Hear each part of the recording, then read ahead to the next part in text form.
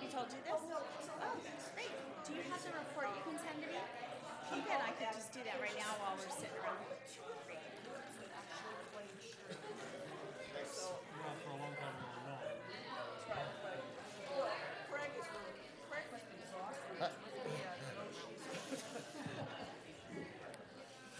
Well, he's a gigging musician. I don't think he. I'd like to call the Albany Unified School District Board of Education meeting for February 10th, 2015 back to order. Can we have a roll call, please? Student Board Member Roquois. Board Member Stapleton Gray. Here. Board Member Blanchard. Here. Board Member Lowe. Here. Vice President Black. Here. President Rosenbaum. Here. And for those who wish to participate, we will have the Pledge of Allegiance. Ready begins. I pledge allegiance to the flag of the United States of America and to the republic for which it stands, one nation, under God, indivisible, with liberty and justice for all. The board took no action in closed session. That brings us to approval of the agenda. Do we have any modifications? Yeah. So there's been a discussion about moving the staff report, item 7, to right after the spotlight on Albany High School, so that staff can go home if they wish to. That's a great idea. Okay, I'll move the agenda with that change. I'll second. All in favor?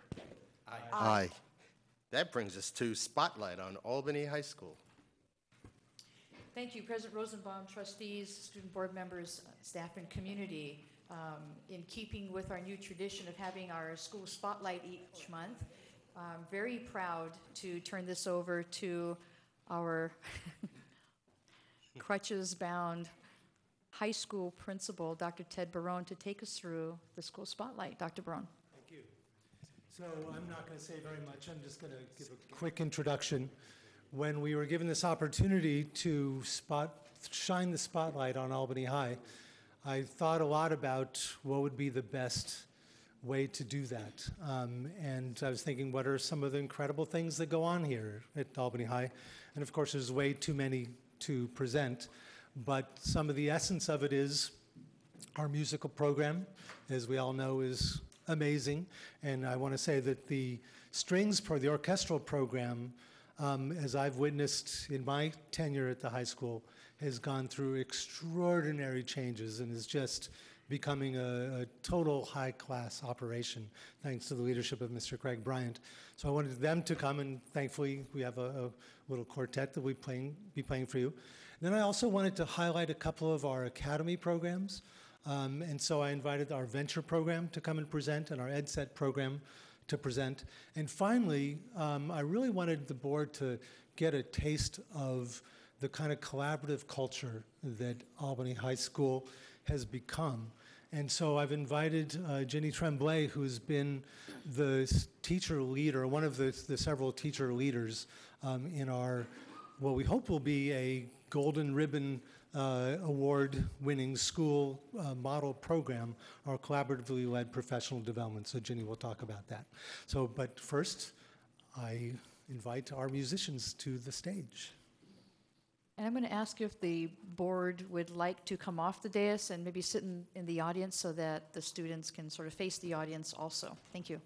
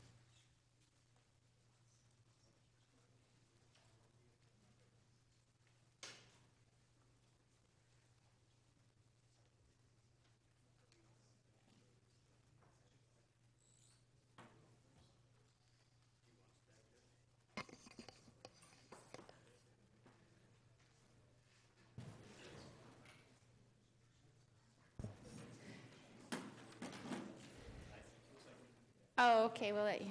Is that better? Yeah, whatever works.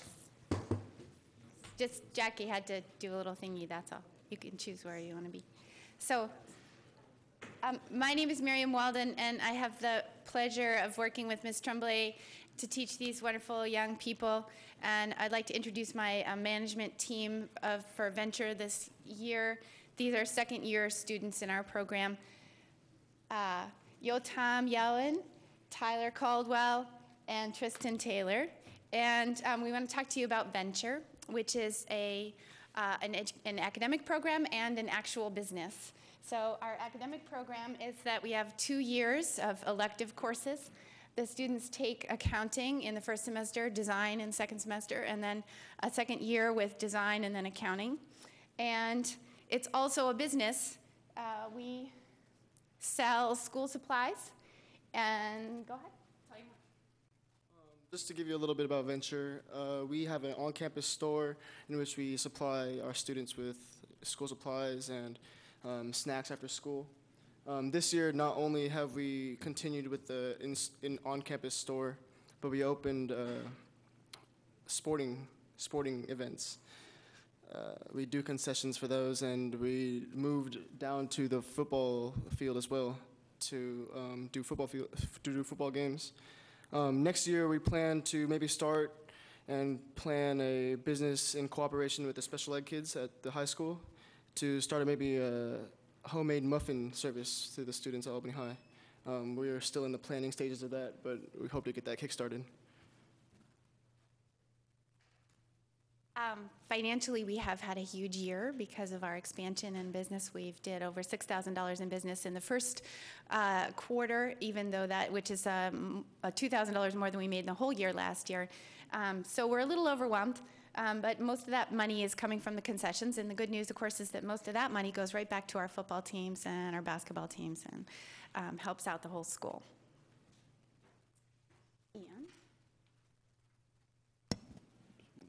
All right, so second-year students have the amazing opportunity to complete internships. There's 2 different types of internships that students can do. One is an internal internships, which students will engage in management positions within Venture. The second one is an external internship, in which students will work with businesses in the community. This gives a great opportunity for us as students to not only use the knowledge that we've gained through our accounting and design lab classes and apply them to real-world business, but also gives us the opportunity to gain more knowledge in a field of interest. That's Tyler up there working on the last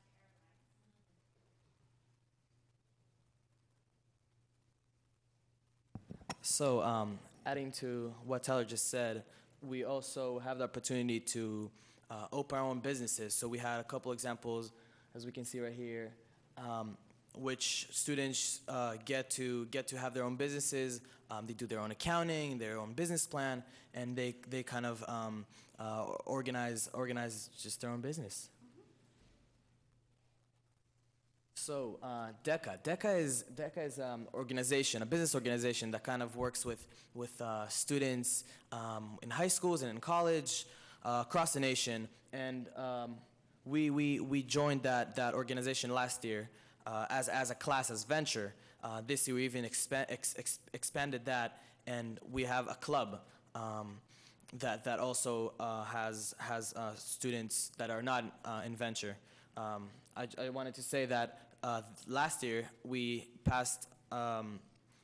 We were able to get a gold certified, which is basically the highest you can get within the DECA, and we managed to do that this year as well. Thank you for your attention. Thank you. We have some board comments or questions. I would wonder if you would like to say a little more about local businesses who have taken on student interns, or about businesses that students themselves have started. Just some examples, maybe? So the picture that you saw is a young man who's running a business taking care of pets. And we also have a student in our program, Jeremy Calendaria, who has started multiple businesses. He sells fashion design online, and he also sells soap at the farmers markets. And one of our younger students, Michael Javier, came into venture already quite an entrepreneur. He sells custom designed shoes online so that they're the very most expensive and cool kind of shoes, but then jazzed up and made more exciting and unique. So some of the businesses that have worked with us really closely, and it's too many to say, I should thank Mechanics Bank, which has been a big supporter of ours. We've been collaborating with Inkworks, with the Student Food Cooperative on the Berkeley campus to learn more about cooperatives, because that's kind of what we are, student-run and student-managed and owned as a group by the workforce. Let's see. We visited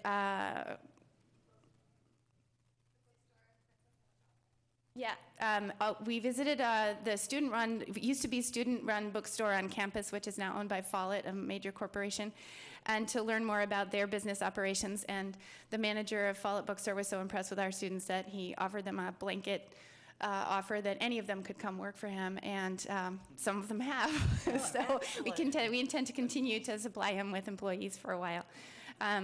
So we've tried to build our relationships with businesses as partnerships of peers to peers, so that our students are managers speaking with other business managers, and that has led very nicely into internships that are, maybe much more effective than a broom pushing and filing and kind of things that can sometimes happen with internships. Well, thank you very much, Ms. Walden. This is so exciting to see these kind of things happen on the campus. We're making so many great strides. Anyone else? Thank you.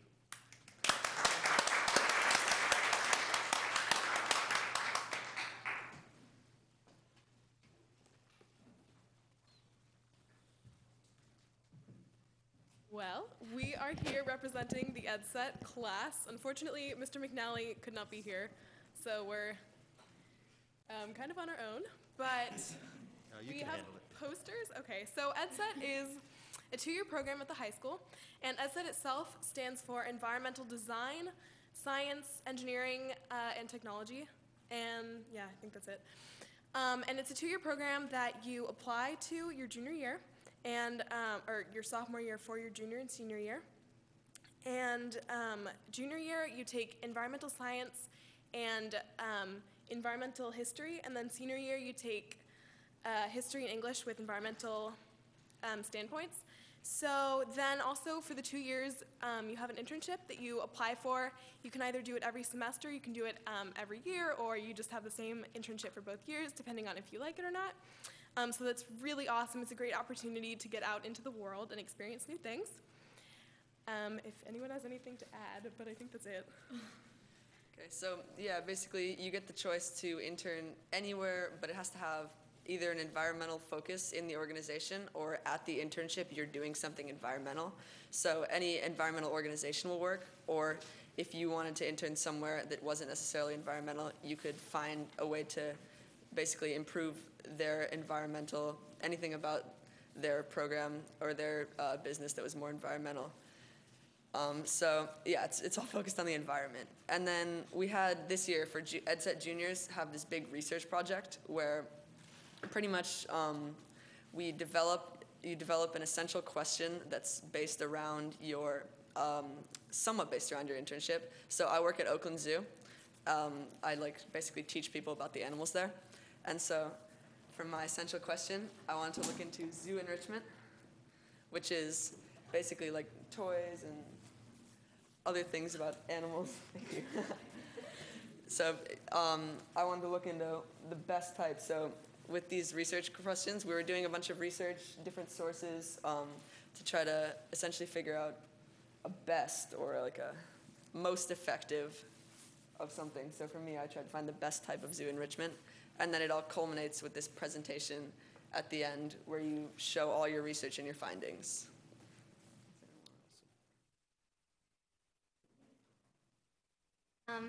So my name is Perry. I'm a junior. We're all juniors at Albany High School. So I was new sophomore year at Albany High School. I went to El Cerrito High freshman year. And EdSet really helped me, especially this year, really become part of the school, that I was part of a special program at the school and that I could really make a difference. So I interned at Albany Middle School. And so for my project, I researched how students learn. So I compared problem-based learning, project-based learning, and traditional learning or direct instruction. And I compared it high school and middle school and elementary school a little bit. So I found that at middle school, project-based learning is the most effective. Hands-on collaborative work really gets the students most involved. And I've really been able to relate that to my internship and do more projects with them to get involved in what we're learning about. And then also I'm the president of Earth Team at the high school. And so EdSet has really helped me learn more about why we are doing awareness of the things that we're learning about in Earth Team. And it's helped me have like a different kind of form of education in it.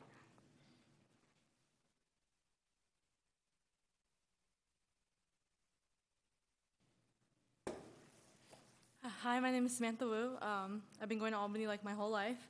I think EdSet's a really good program because I think it helps me become more independent.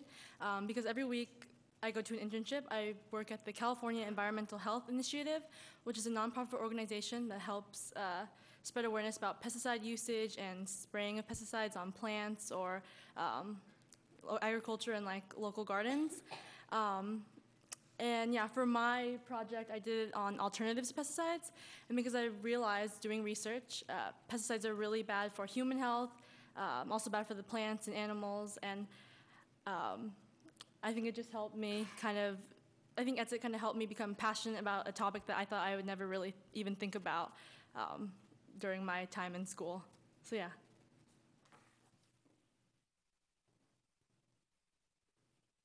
So my name is Rachel. And I came into the EdSet program because I want to go into the field of environment and wildlife ecology and sustainability and all these awesome things as a career choice.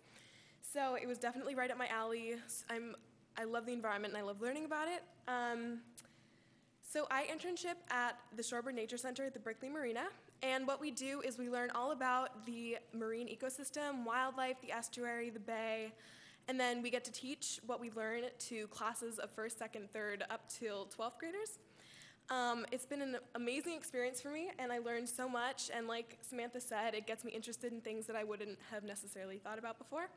So for this research project, I decided that something that tied in really nicely to my internship was reducing the amount of plastic pollution in the ocean. So I came up with 3 potential solutions and researched them and then decided which one I thought would be the most helpful. And I guess that's pretty much it. I mean, yeah. Great. Questions? Oh yeah, questions. Which was the most, what was your conclusion? You knew I was going to ask that. Yeah. So my 3 options were, there's an ocean cleanup array, which is this one. And it was invented by an Australian teenager named Boyan Slat. So the way this thing works is there are buoys that float on the water. And as the ocean currents move through the buoys, all the plastic gets trapped in the buoys. And then it's shaped in such a way that the plastic travels up the buoys as the currents hit it. And then it gets captured by this. And then the plastic gets taken directly out of the ocean. My second option was a plastic bag ban, very strict implementation to stop plastic bags from going into the environment. So that was like prevention. The first one was like taking out what's already there. And my third option was a plastics heavy recycling program, so like a really strict implementation of a recycling program. And I had a bunch of criteria that I had to follow and decide whether that would be, whether that would work or not. So I decided, out of the 3 of them, that Boyan Slat's ocean cleanup array would be the best option, because although it's definitely important to stop the faucet of ocean trash into the ocean, there's an unbelievable amount of garbage in the ocean already, and we can stop the faucet, but it will always be there. So we have to make sure that we do something about that before we backtrack and take it like to our houses and everything. So that was Awesome. my conclusion. Thank you so much. Yeah. Charlie? So your enthusiasm is obvious and wonderful to see, all of you. And I wondered if you could also tell us just a little something about the classes that you take as part of EdSet and how they connect with each other and how they connect with the environmental theme. Okay, so essentially, EdSet, it's completely environmentally focused. And so for junior year, you take AP Environmental Science, which is it's the environmental class. And then you also take US history, but it's got a slightly modified curriculum to focus more on the environment. So we talk about things from a more environmental perspective. Like we're still studying the same US history curriculum, but at the same time, we'll talk about the way that the environment is affected by major events and such. And then as seniors, we'll do a similar more environmentally focused English class and more environmentally focused history class. And so basically it all ties into the environment, and then we start doing projects with our internships this semester in senior year. And so it becomes more about, start doing things to help the environment with our internships, and then we start and just learning more and more about the environment essentially. Thank you. Awesome. Well, thank you so much.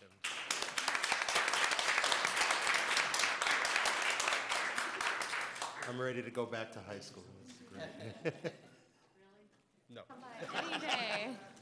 Could you pass that down? Hi, my name is Ginny Tremblay, Virginia on paper, but I'm here to talk about our collaboratively teacher-led and teacher and admin co-led professional development that we've been working on this year. So in the spring of 2013, a committee formed at the high school to talk about how we can just have more input into the professional development days that we have every fourth Wednesday. And this really came out of like the teachers and counselors wanting to take more leadership in terms of what kinds of things we were talking about and the direction that PD took. This committee continues to this day to plan and facilitate professional development, and in addition, there's a small dedicated group that I'm one of the teacher leaders in that group that's being co-facilitated by myself and representative from Mills Teacher Scholars from Mills College. And this group, our goal is the same as all of the regular PD groups that meet on Wednesdays, which is to regularly examine student learning data and to collaboratively make sense of it. And there are a lot of goals that come out of that, both in terms of developing collegiality and just knowing what's going on in each other's classrooms and like taking a positive view of what's going on in classrooms instead of a deficit perspective. And the end goal of we have inquiries that we look at throughout the year. I've sent a handout around because I'm visual and some of you might be too. You might want to look at your handouts. We have inquiries that we touch base with regularly throughout the year. We discuss them with our colleagues. We bring in student learning data. We try and make sense of it. We go back into our classrooms or into our practices. We try things. We talk about what happens. And it all sounds like pretty straightforward, but the really special thing about this PD is that we've been given the time and the tools and just the headspace to really look really in-depth and closely at student learning information instead of there always being this big ocean of things to look at. We're taking a very narrow view and looking very closely over a long period of time so that we can target certain demographics, certain students, and figure out what's really going on for them, really understand what's happening in their learning. And we get the different perspectives of colleagues that we might not always talk to on a regular basis. I know that I'm in the art building and I don't always see my colleagues who are on the other side of campus. And so this professional development really opens me up to hearing the perspective of, let's say, Sean Morris, who teaches computer science, which is not something I think about all the time in my own pedagogy, but it's really, really interesting to hear what he's doing with his students. He's looking at, well, you can see what he's looking at, actually. He's looking at the way students deal with problems that come up for them. What do they do when they're confronted with a problem? How do they handle it? What's their course of action? And so I've actually learned a lot from him, even though our content areas are on the surface dissimilar. So as a result of these meetings, faculty are able to identify and begin to implement concrete changes to their practice. So we implement things that are very measurable, very real, very observable, and then we see what happens and we document what happens. We bring that data back, and the cycle just continues.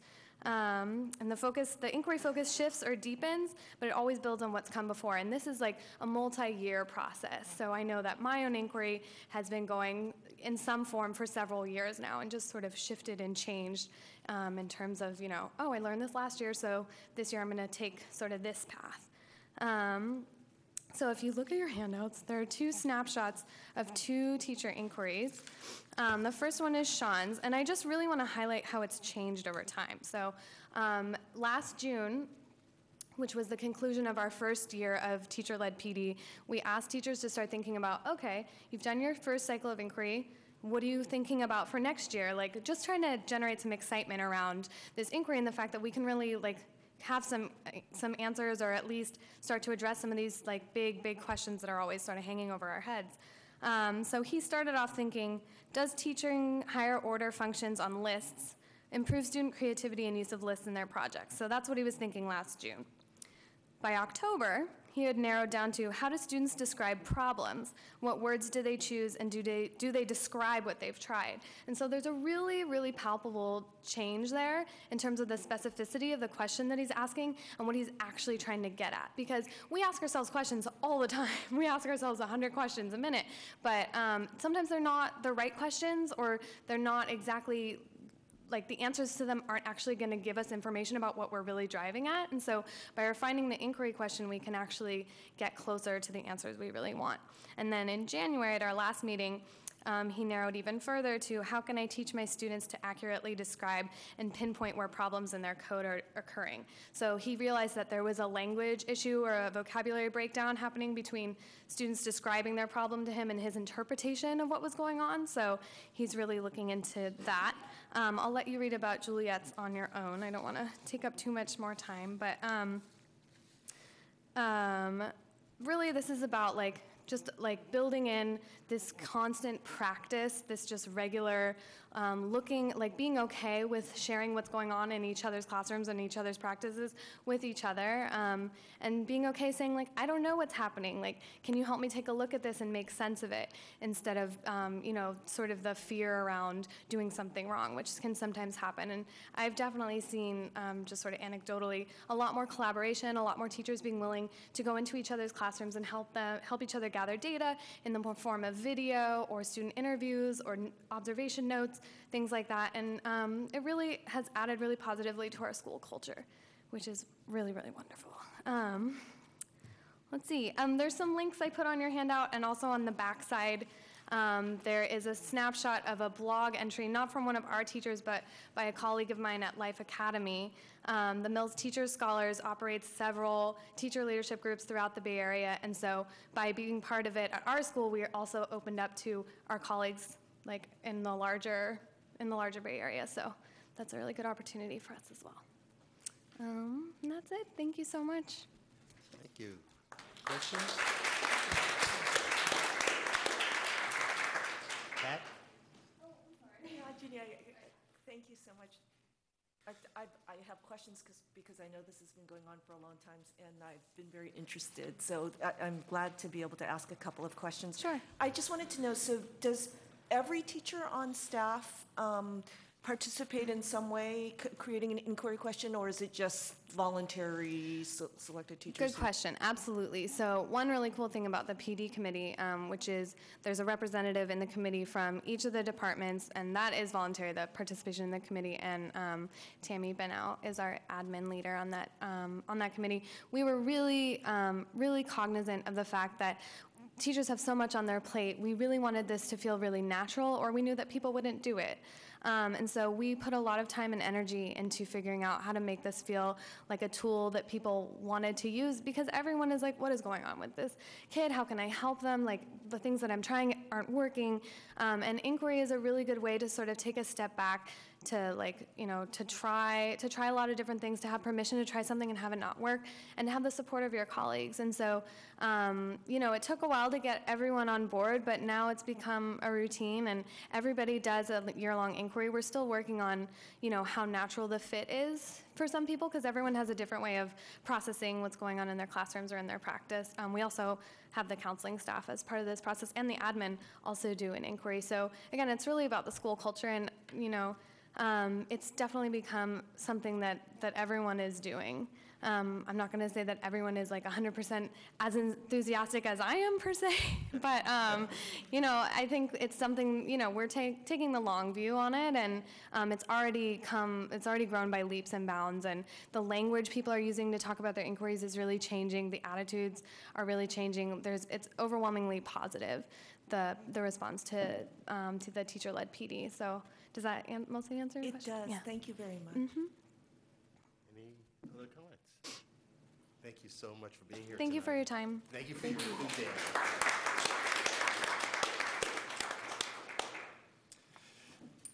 As you know, that is only scratching the surface of all that goes on at Albany High.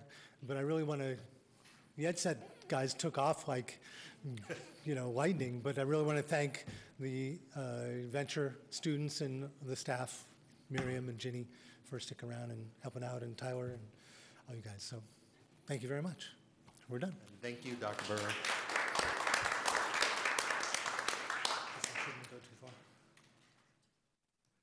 Wow.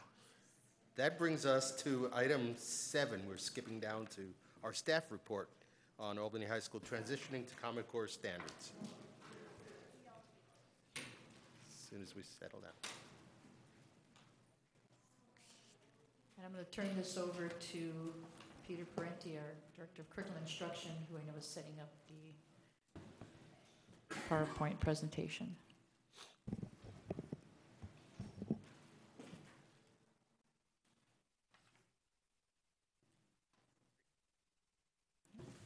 Good evening, Board of Education and public.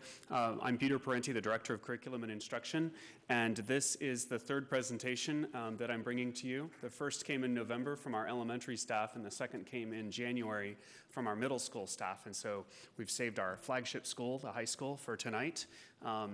We have a lot of good work that's been happening in our district since last year on our transition to Common Core state standards in math and English. Of course, now we have even more wonderful work ahead of us with the next generation science standards and history social science frameworks. But tonight's going to focus mostly on mathematics and English language arts at Albany High School. So without further ado, I will invite our staff to come on up. Dr. Barone. We're not in a hurry. Please take your time. Good thing. Here. Is there enough room to put this up?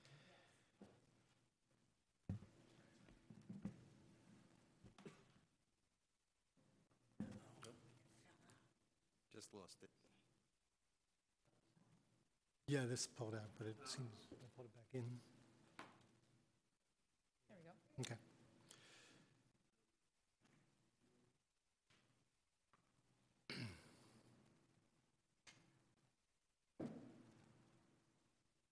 Okay. So that's the one that's up. Great, got it. So what I wanted to do was, before we get into the nitty-gritty, I wanted to give a bit of a background and a context for the Common Core work that is currently going on at the high school. It's really important, if I do the right arrow? Really important to understand that in some ways the kind of work that Jenny was describing, the professional development culture, has been developing for many years at the high school. And it really started 8 years ago when we posed the question to our faculty of what is a C? We give C's like we give out candy at a parade, but what does it really mean? And that, of course, created all kinds of questions that flowed from that. And we really centered our inquiry on the 3 questions that have now been popularized by the Dufours and the Marzanos. And these 3 questions, which I'm sure you're familiar with, what do we expect students to know and be able to do? How do we know if they can or cannot do these things? And what do we do if they can or cannot more quickly than we expect? So these are really huge questions. first step that we took was to begin to unwrap the California state standards, the old CSTs, to try to begin to understand what is the essence of this. What do we really, the first question, what do we really want students to be able to do? The standards were so huge, so massive, so diverse, that the only way you could address them was a mile wide and inch deep. And we knew we wanted to go much deeper to give the kids the kind of experiences that are, really fitting with the Albany community. We began to build the capacity of our faculty to be able to address these kinds of issues and really think about the nature of pedagogy, the nature of the content, and rather than moving just from rote learning and memorization of content in math and in social sciences and science and whatnot, we wanted them to really begin to think about how can we go and create critical thinkers and people who really are in control of their own lives and are able to go deep on topics of their own choosing. So our teachers needed to have their capacity built to be able to lead that kind of instructional decision making on their own. So we developed these collaboratively led inquiry-based professional learning communities that we worked with for a number of years. We established a supportive teacher learning environment that really focused on rich classroom-based data. And our focus was very much about improving our teaching practice so that teachers would be able to be both flexible and dynamic in response to the needs of the student and the evolving curriculum. So this is all before really the Common Core even kind of hit the pages. I mean, we started getting inkling of it, but we sort of figured that, with the Common Core coming, or new standards that were coming down the pike, didn't know when, that the more that our teachers were building capacity around these issues, the more prepared they would be for implementation once they arrived. So the two major areas that we started to work in were with the English Language Arts and the senior composition class. With Ned Purdham's leadership, we worked with the State University in their expository reading and writing course and their curriculum to prepare students for college level writing. We established the senior comp course for all seniors except those in AP English. We shifted our core literature from a novel-based to more of a nonfiction-oriented selection of books. And the English department started to focus in a big way on writing and breaking down the way they thought about and then taught and, of course, assessed writing into the 7 different elements that you see on the screen behind me. So that was going on. Again, this is all pre-Common Core. And then the math department, I couldn't remember the name of the program at Berkeley that you guys were working on. Access or something like that? Anyway, whatever it was called. Really good program that began to help our teachers really begin to shift the way they thought about the instruction of math.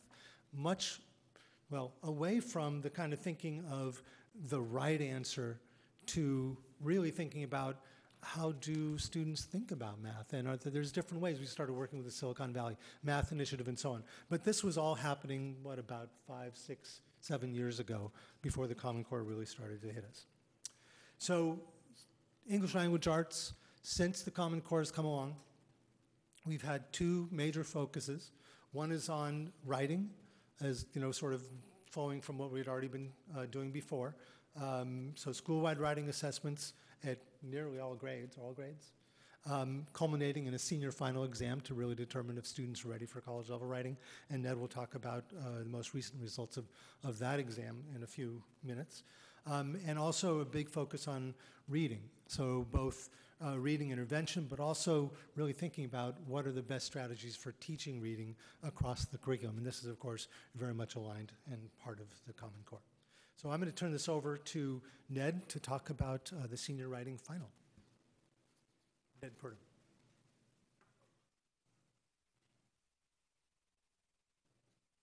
Thank you.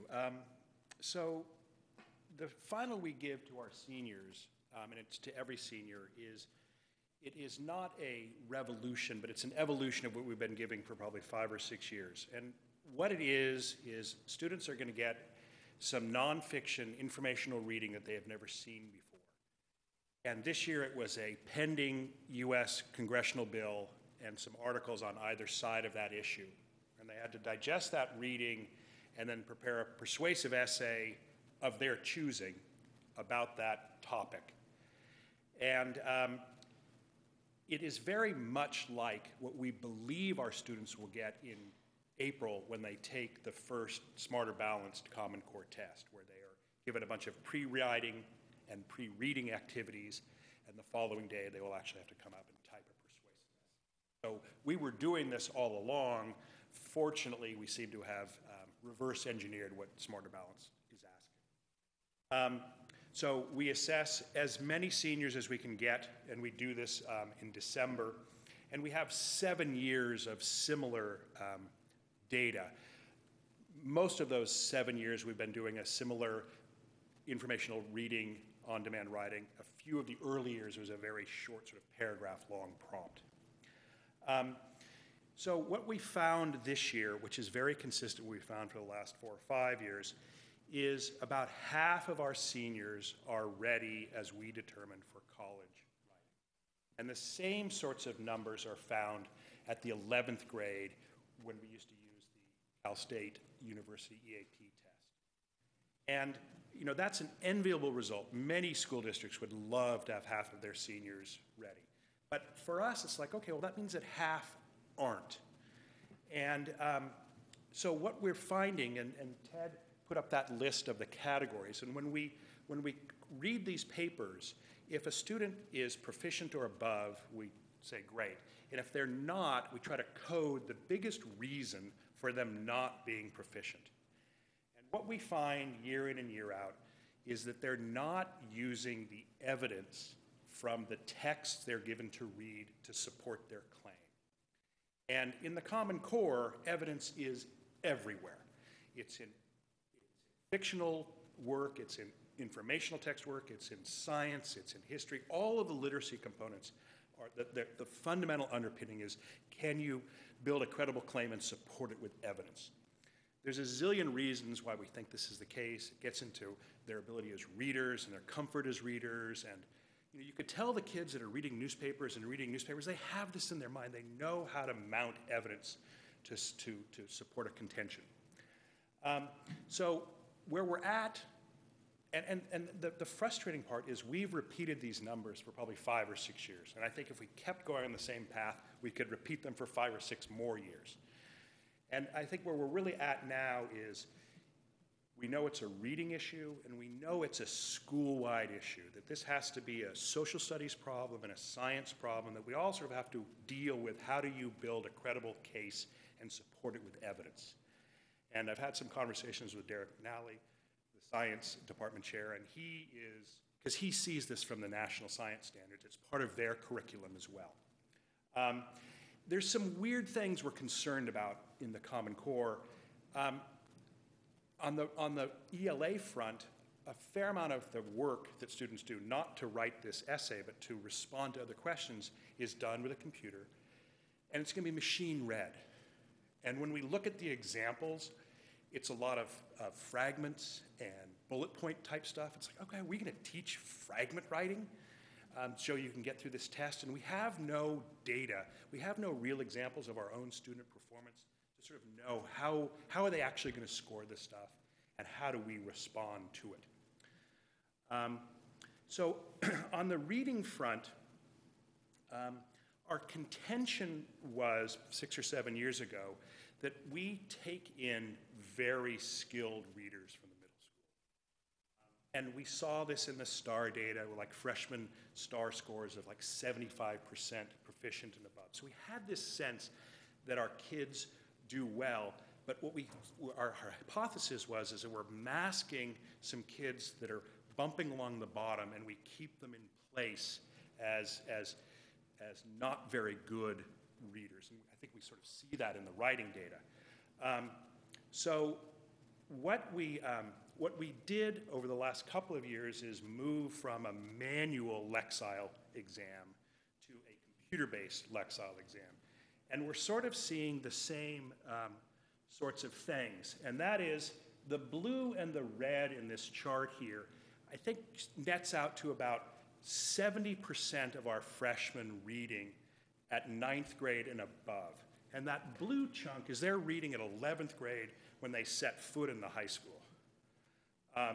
But you look at some of these smaller numbers, you know, the sort of the green color there and the purple and the light blue, that's everything from 6th, 8th grade level down to 2nd grade level.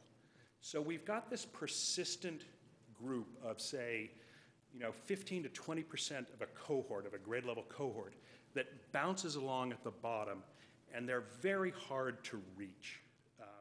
Because they're, generally speaking, they're in a class with 30 of their peers who are reading at this very high level.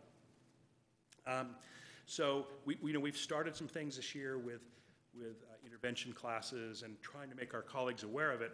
But to us, this is a big issue, because if Common Core is indeed a more rigorous test, what is going to happen to these numbers? These are scaled to the Common Core levels, which are supposedly more rigorous, but we don't have any real data of our students taking these reading tests. So I think, is that my last slide? Oh, the reading lab. We have a small reading lab that we're exploring this year, and we're focusing on some methodology to address these kids who we've identified as in this lower level, and focusing on these things. We've been doing it now for a semester and don't really have full data yet, but we are trying to address it head on. But I don't think it's addressing the number of kids that we believe are at this level. Questions? Ned, do we have any idea what percentage of these kids at the bottom are coming in to high school at 9th grade, and what percentage are coming through our middle school? You know, from where they are matriculating is not, we could figure it out, but I would say the preponderance are coming to us from the middle school. But, you know, they tend to be a little more male than female, which we know. There tend to be more EL students, but there's plenty of mainstream students in that population. How many come from elsewhere, I'm not certain. And the middle school is going to start to use this same Lexile measure. Oh, good. So that we'll have a common tool from at least 6 through 12. Okay, and do we have any correlation of these students with kids who are also struggling in math? When we worked on this last year, and we were sort of doing this Klugey manual version, Sean Morse and I compared our handwritten lists, and there was some correlation, but I think now we can actually have a full data set for the freshmen and compare it to like the 9th grade math performance. We haven't done it yet. With Common Core, there will be a lot bigger component of English in the math classes, so it might even cause more overlap. Correct.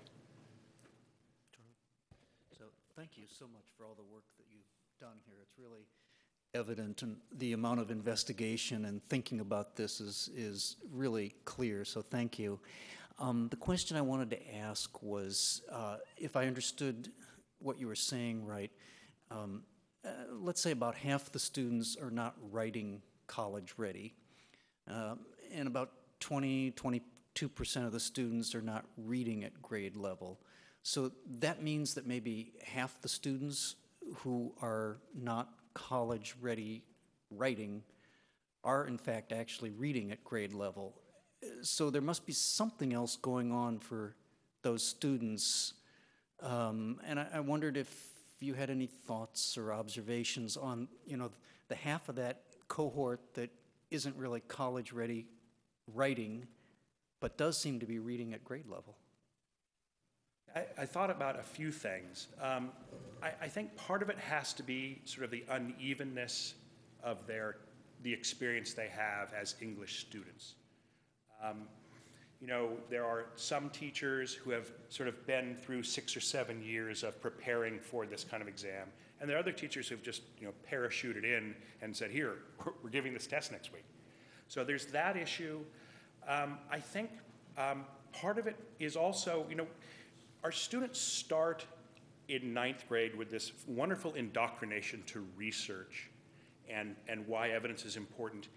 And as a department and as a school, I think we need to make sure that that experience is followed through for the next 3 years. And it's very uneven. You know, a student can get a lot of experience to research and mounting evidence to support their claims, or they can get very little. And you know, that's clearly a shortcoming of how we structure the sequence moving forward. And I also think part of it is, you know, when I started, all we read in English was fiction. And now we know we're preparing students for that first college course when your first week reader is, you know, a stagnantly complicated set of essays that no human can understand, and which is very different than Catcher in the Rye.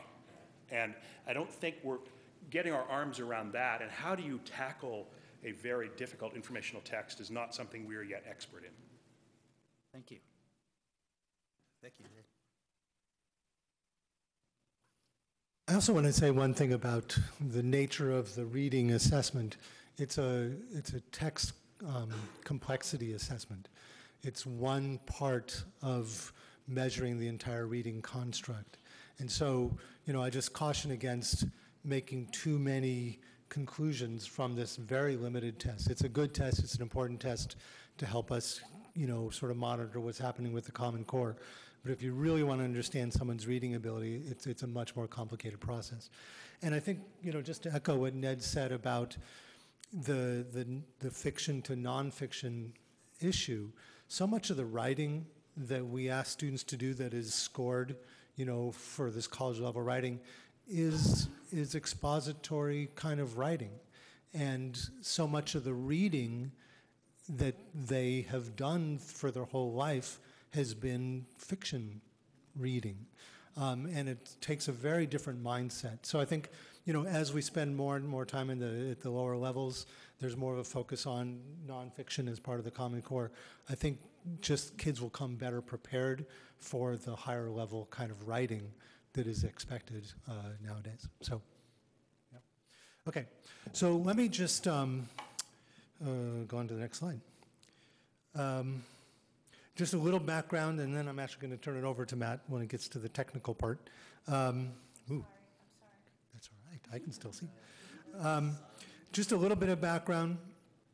So I already mentioned the work with UC Berkeley, but then as the Common Core was developing, our math department, I want to say, has been unbelievable in their leadership on this, on the movement to the Common Core.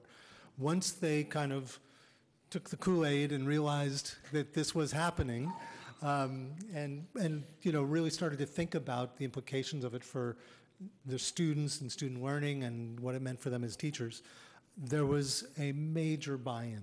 And this was all, I mean, Matt is the Common Core TSA, as well as Marguerite Buckbauer is the department chair, and pretty much everybody in the department really took leadership on it, and they deserve a tremendous amount of credit for that. So in the spring of 2013, they started to focus on the Common Core state standards, trying to understand, grasp what they're all about. The next year, Matt was assigned as teacher on special assignment, shared between the middle school and the high school. And again, the goal was to shift the culture away from the right answer to mathematical thinking. We began to work with Peter's assistance in a big way with the Silicon Valley Math Initiative, in which really opened up people's experience and mindsets about teaching the math. Really worked hard last year on identifying appropriate instructional resources, which Matt will probably talk a little bit about, and also experimenting with instructional strategies. You know, Ginny talked about the culture of inquiry and really trying to think about practice in a very deep way. This was happening in the math department in a significant way, was with them being able to try out instructional strategies and not have them work, you know, and that was okay. It was really great decision, by the way, to help us not worry about the STAR assessments so that we could really focus on the transition, because that gave teachers a license to just delve into their practice. And I know Matt was still teaching one class last year, and you know, he and I talked about this, and you know, he said, "Can I just kind of like try stuff?" Said a little more eloquently, and I said, "Absolutely, go for it. Just model, you know, try it, experiment it, so that you can then tell stories about it to your colleagues." So that's what he did. So I'm going to turn it over to Matt at this point, and you can take it from here for a little while. Okay. So this year I've been teacher on special assignment again, only at the high school, and I'm teaching 3 courses. 2 are the same, honors geometry, and 1 integrated math 1, and I'm piloting new curriculum in both of them. So I'm using the CPM integrated math 1 textbook. In that class, it's for 10th and 11th graders who are generally either coming from pre-algebra or repeating algebra. And so I'm getting a really good, valuable experience with that text, and it's the one we want to adopt for next year, and I think hopefully we're pretty close to that. And it's a really great curriculum, and it approaches it in a different way, and like we were talking about, you were talking about the reading earlier, it's all reading, and I hope you've had a chance to look through it, and I invite you to come see what it's like in my 7th period anytime you want. It's very challenging and new. It's a new way of teaching. They're working in groups of, well, ideally 4, but it hasn't always worked in my class, and I've had to adjust things. In my honors geometry class, I'm also teaching only in groups, and they're in groups of 4, and it's working spectacularly. It's a really fun thing to watch, and I kind of sit back and watch them go and watch them grow. And these 2 have been in my class before, and they know what it was like, and it wasn't like that at all, And it's a really incredible thing to watch kids talk about math for 95 minutes, and it's really impressive. And that's the MVP, Mathematics Vision Project, is the curriculum I'm using there, and that's what we're proposing to use for honors geometry, or honors math 1-2 next year. So we're changing the names, we're going to an integrated approach. So that's the experience I've gained teaching is kind of why I'm still in the first bullet point there, is invaluable, and the amount of knowledge I've learned to be able to experiment and the freedom to try these curriculums has really taught me a lot about how it works. And I'm utterly or completely excited about it, and it's a new way of thinking. It's not algorithmic thinking. It's all about, thinking about math and understanding the math, not just doing the math. And like Ted said, Dr. Brown said, all my colleagues are on board, and they're all excited to do it. And if you walk around the 3rd floor up there and you look in the classroom, you're going to see groups of 4, and you're going to see them talking about the math, and engagement is way up.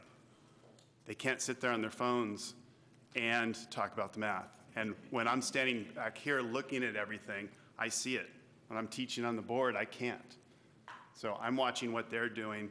And the goal in this instruction in the end is that at the end, I've seen what they've done, I've anticipated what they're going to do, and in the last 20 minutes, half hour, 10 minutes, depending, I sum up everything they did brilliantly and send them off with all this great knowledge. Now that is way harder to do than for me to say it. I know what to do. I can't always pull it off because it's a new skill. And that's the thing, is all my colleagues are learning that new skill and that new way of instruction. And so the more training that they get and the more the experience they get, the better we'll all get at it. But it's going to be hard at first because we're used to talking the whole period. And that's not happening anymore. So where am I?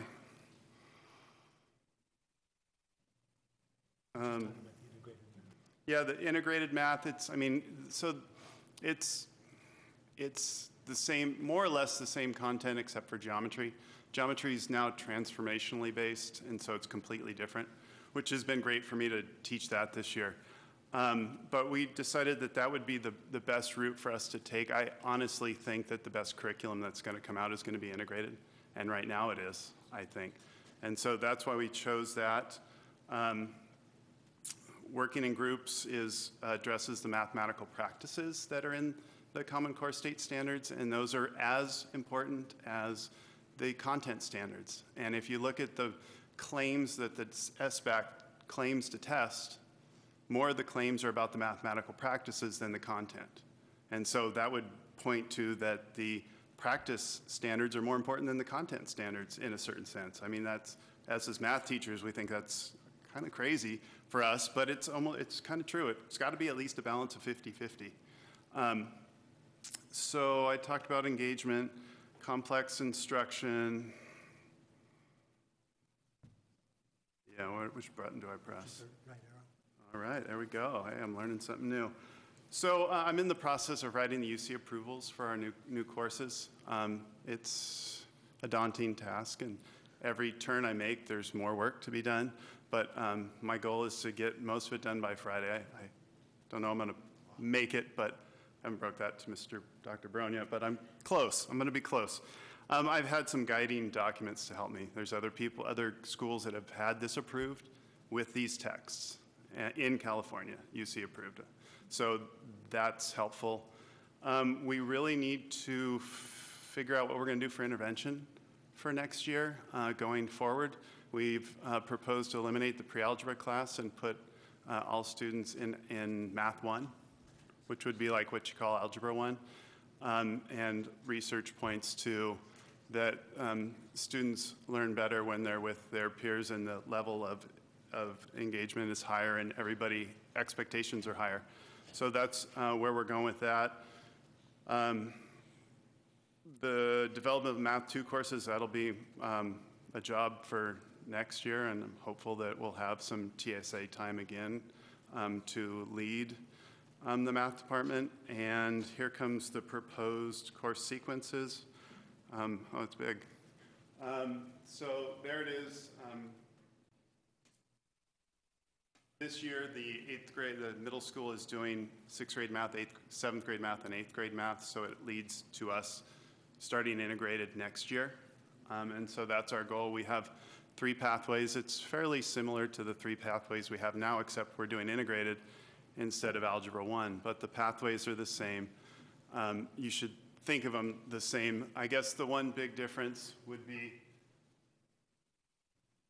in the honors, the goal is to get through 3 years of math in 2 years. There's not acceleration at the middle school anymore. The acceleration happens in high school. It's awfully early to decide in 6th grade whether you're going to be a accelerated math student or not. So we've delayed that process. We've tried to. This is going to be a big ride, fast ride. It's going to go fast. It's a little daunting, but I think that there are some of our students that are capable of doing that, and that pathway, their goal is to end up in BC calculus for those students. The middle pathway here, this goal here is to put in enough pre-calculus that they would be ready for AP calculus, AP as a senior.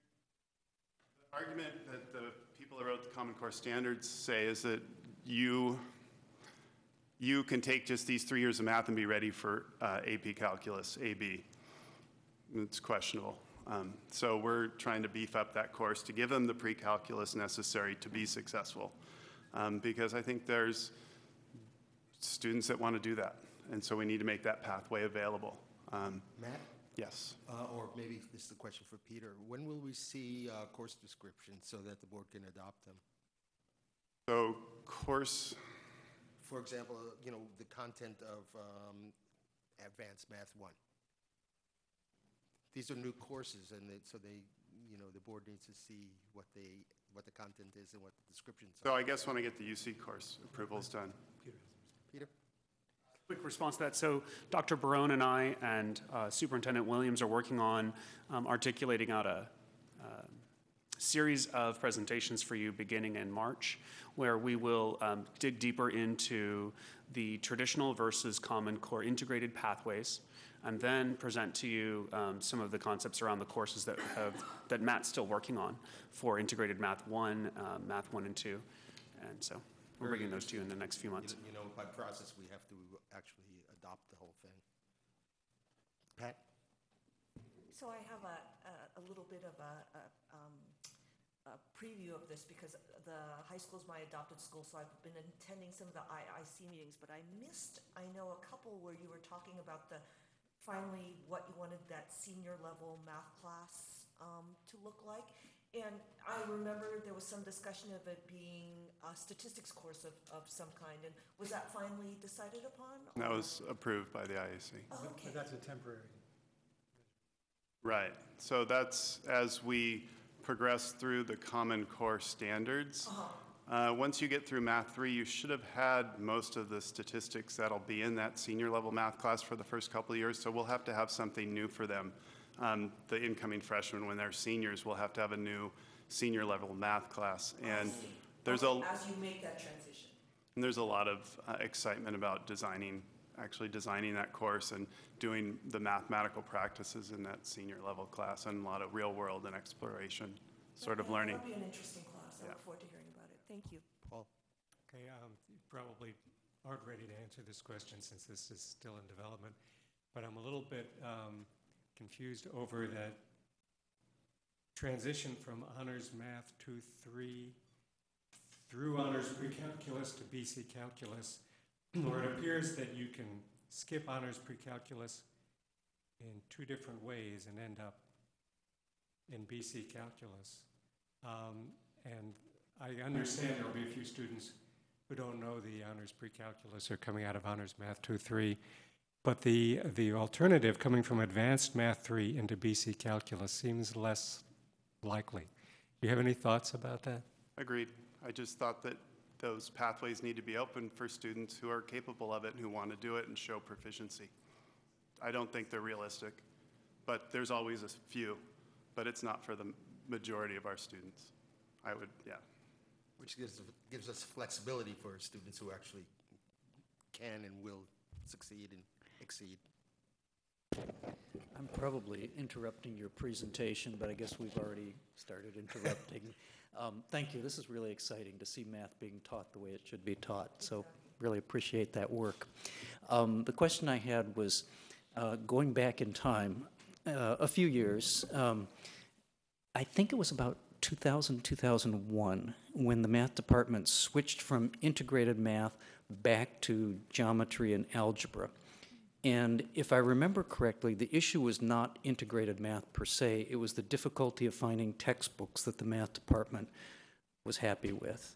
And I wondered if you might have any comments about textbooks and the direction you're going. And So yeah, so there's not a lot of good Common Core textbook books out there, and I would say that the two that we're proposing to adopt for the near future are two of the best ones. They're the two best ones that I know that exist out there for my year and a half of looking at it.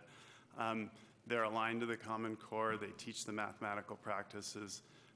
Are they the best textbooks that could ever come out of these new standards? Absolutely not. But I think that they're the best choices out there at this point. And they're great. They really not only do the content, but they do the mathematical practices. And I'm very impressed with them, and I've taught out of both of them. So they're good. They're solid. I mean, we may keep them for forever.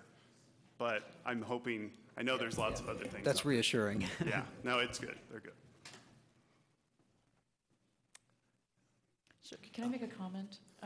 I'm very impressed, and thank you very much. I'm impressed with the fact that this progression of courses does address what do we do when students accelerate? And this offers, even if it's a handful of students, it offers them the opportunity to take a college level course. It offers them the opportunity to take the Calculus BC. And so I'm really impressed with that. And I don't know a little bit of the history around this, the CPM math. Is back in the early 2000s, the reason that textbook was not used was it did not meet the deadline for the state adopted textbook. So good textbook. My teachers used it when I was a principal in Alameda, and the kids really liked it because it was problem-based learning, project-based learning, and it made the kids think about math. I remember the textbook very well, having used it. What I'm impressed with is the quality of the student leadership, the teacher leadership that you've developed. Yes. And knowing these two people and seeing their enthusiasm, Yes. just very impressive. And thank you so much, Ned and Matt. And Yeah, Dr. I wanted Burrow. to just comment on that for a moment. You know, you listening, I mean, I hear them all the time. So sometimes you forget the expertise that these two gentlemen carry with them. And I'm very pleased to say they're not alone in the degree of expertise and level of expertise that resides in the Albany High faculty, and which is part of why we've made such a drive over the last few years in building the capacity for teacher leadership through the professional development and many other places. So, just to wrap this up, some of our key concerns, some of the easy stuff, not easy, but, ongoing challenges, challenge of data collection and reading. And we have this one common assessment, which is limited, it's valuable, but it's very limited. We need much broader assessments that we can work with and gather data that reflect the complexity of reading, and it's incredibly complex part of what we do. We're just now starting to get the formative assessments from the SBAC, which is going to be really important. Hopefully they're good. I haven't had a chance to look at them yet, but they could very much help us with some of this data collection that we need to do and help us move down that path. Resources, we are in trouble when it comes to instructional materials resources. I mean, the cost of the textbooks and the resources that Matt's talking about is, of course, extraordinary. The changes that are happening in the College Board courses, the AP courses, many of them are requiring new textbooks, and those are not cheap. It's, with the new science standards coming, there's going to be all kinds of changes required in those textbooks. We're going to have some real severe deficit or resource needs over the next few years. And finally, I just want to say about the TSAs, the Teachers on Special Assignment. I know this has been working well at the elementary and middle schools, but I haven't really felt it. I feel it at the high school. The leadership that Matt's been able to provide, the leadership that Sean Rusich, who is our reading coach, who, by the way, has a class tonight, he asked if we could change the board meeting to tomorrow night so he could attend. I said, not this month. But they, and Darren McNally, he's released Point 2 to lead his science department to the next generation science standards this year and is making tremendous strides with that department. It's that kind of time that we can provide for a few key teachers to really move the agenda. So, as the budgets start to come up, Alan, we need to be sure there's plenty of TSAs in there, and I know that Common Core, there's some money for that, but we really need to protect that resource. So thank you very much for your attention, and if you have any questions, otherwise we're done. Thanks. All right, thank you. Any questions from the public? Come on up.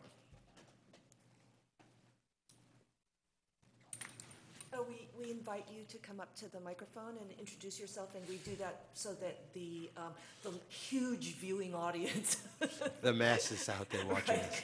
can know who you are.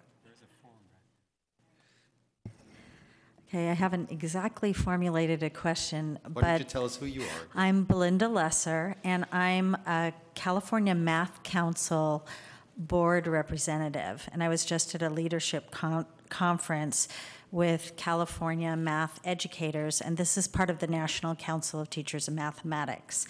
So I have some of the latest information about mathematics, and I just want to make sure that Albany is connected to the California Math Council. They had a symposium in November all about the smarter, balanced math assessments, and including a lot of free resources in mathematics and for formative assessments. So I have a copy of the PowerPoint for you. I also want to encourage you to stay in contact with the California Math Council, and we just got this great brochure about being a member, and I think it's really important for anybody involved with math in California to be in touch with them to have the latest information. Last spring, we had a panel with 12 different publishers with Common Core math materials for math classes. It's not that easy to find out about these things, but California Math Council is really in touch with the latest developments. So I just wanted to put that out there. Thanks for coming. Thank you. I'd just like to highlight, to compliment Belinda's offer in keeping us informed, that our entire high school math department attended the NCTM conference in December at Asilomar, as well as 5 of our middle school math teachers. The district has a lot of support to provide behind these initiatives for Common Core in math, and it takes a lot of effort on their part because these conferences are held on weekends. So we sent a staff of about 10 this last December, and we also sponsor their memberships in NCTM. So thank you, Belinda, and thank you, Albany High School. I appreciate your time tonight. Fantastic. Yeah, we appreciate the long evening. Thank you so much. We appreciate Thank you. Incredible. You know, we've been talking about data, and we've finally seen some things coming forward and some push for more and more. It's great. I'm going to make a suggestion on the agenda that we cover all our consent calendar and our review in action, and then whatever time we have left, we begin our discussion on the board's self-evaluation and goals, and continue it at another meeting. I think that's a wonderful suggestion. Do you need a motion for us to revise the agenda? Unless we have any objection, then we just. Is there anything? Oh, you wanted to cover review and action first? Yeah, I think No, because that's I fine. think the review and action items are going to be quick. Consent And the calendar, consent student board calendar. member Yeah, report. and persons to address. Yes. Okay? That's okay. Yes. Wonderful suggestion. All right. That brings us to the consent calendar. Does anybody have any comments on the consent calendar? I'll move the consent calendar. Second. All in favor? Aye. That brings us to persons to address the board on matters not on the agenda, if we have anyone. Seeing none, that brings us to our student board member report. Thank you. So we said this 2 weeks ago, but now it has passed. The Casey California High School exit exam testing took place for 10th graders, their first attempt on the 3rd and the 4th. From what we hear, it went well. Usually most students pass on the first go around, so we hope to see those same results this year. As we mentioned in the last meeting, the Albany High School Vocal Music Department, in collaboration with some of the smaller instrumental ensembles at the high school, presented the vocal showcase. It was very popular, and just yesterday, I believe, Yoshi's, which is a huge event for the jazz ensembles at the high school, took place, and I heard there was a lot of people there, and it was just great music. I wasn't able to go, but I heard great things. And so we had a successful leadership, had a successful activity and spirit day at lunch on the 28th. And so we're planning one again for this month on the 25th. We'll be having donuts and coffee at lunch for students who are interested. And we're in the last stages of the Teens for Genes drive. I don't have the particular numbers, but there's been a lot of donations, and they've just been picking up as it grows closer to the deadline, which is the 13th, so the end of this week. And we're hoping we can bring some impact from Albany High School. And on the same day, on the 13th, the members of the biology club will be competing in the Biology Olympiad, which is a national contest. If they score high enough, if certain members score high enough on the test, they will be competing in the next round and then moving on from there. So it's quite exciting, and they're working on that, finishing up studying last minute for the test on Friday. And tomorrow, the National Assessment of Educational Progress, or NAEP, will be held for a group of around 30 Albany High School seniors. Theater Ensemble is working still on their musical, Annie Get Your Gun, which will be premiering in early March. The men's varsity basketball team is 23rd in the North Cal Division III, which is very impressive, and our senior night was just on February 7th. And the last item, this was sent in an email to everyone here on the dais. There was recently, last week actually, an article published by the journalism class on the new website. And one of the editors of the paper wrote it, and it was an opinion piece about cyberbullying and gender discrimination at the school, the history of it, and then the presence of it this year. And Dr. Barone actually issued a statement on behalf of the administration that supported the students' voice and condemned the actions of this group of students who are engaging in cyberbullying. So it's exciting to see that something is happening. He addressed the fact that there have been some problems dealing with this in the past, and the administration promises to work more effectively on it in the future and this time with this issue, because it seems that it's not going away. And so students are genuinely concerned about it at the school. So it's good to see the effect of student journalism in getting a discussion among parents and students, teachers, members of the community in general. Thank you for bringing that up, Isabel. I was wondering if we could actually agendize a discussion on our board policies to review board policies, and if we have any administrative regulations on cyberbullying, just to review it for the public, and I know there's been a lot of discussion in the community. So Dr. Brown has been doing some research on the board policy and really looking at the specifics of what's in there, and of course we have a uniform complaint procedure for that. We can definitely do like a staff report on that. There is also a meeting this Thursday that Dr. Barone and a group of students and staff are going to get together to discuss this issue. Dr. Brown and I will also be there as observers. And I really want to thank the students for taking a stand, for coming forward, because one of the things that we always say is that in order for us to be proactive and to do something about issues like cyberbullying, many times it takes a courageous student to come forward and bring it to light. And in this case, it did happen. And I'm very proud of the administration for taking immediate action and actually scheduling this meeting to have a forum for students and staff to discuss the issue. As everybody knows, cyberbullying sometimes can be very, very hard to investigate and track down because of the nature of social media like Snapchat, where things disappear so quickly. Sometimes it takes the student to capture that and to bring that to our attention. So I really want to thank the Albany High students as well as Dr. Brown and his staff for being very proactive on this. And we can do a staff report on the board policy around bullying and harassment. I think that's a very good idea. I actually had a question about the, I'm a great fan of the site where the opinion piece was posted. And do you have any facility on that site for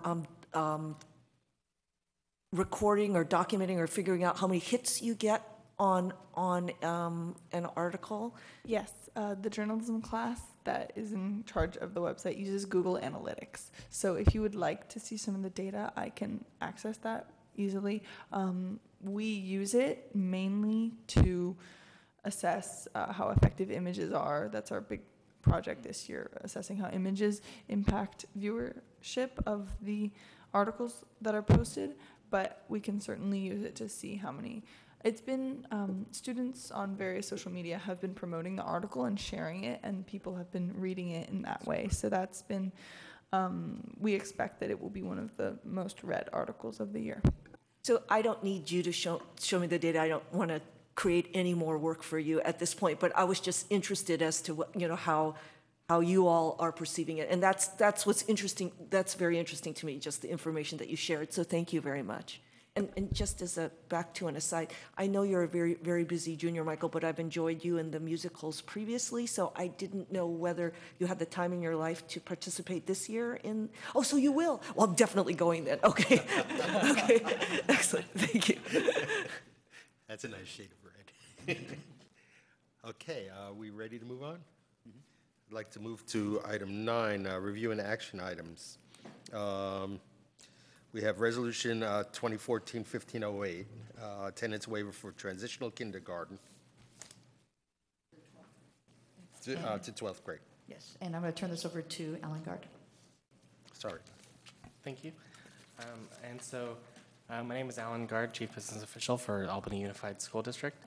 And really the description for both item 9A and B are the same. On December 11th, there was a storm that occurred, mainly throughout all of California, but specifically it impacted Albany Unified. And after much deliberation on the 10th, with the impacts that were occurring in the surrounding areas, we decided to close our schools in order to protect not only our students but also our staff and make sure that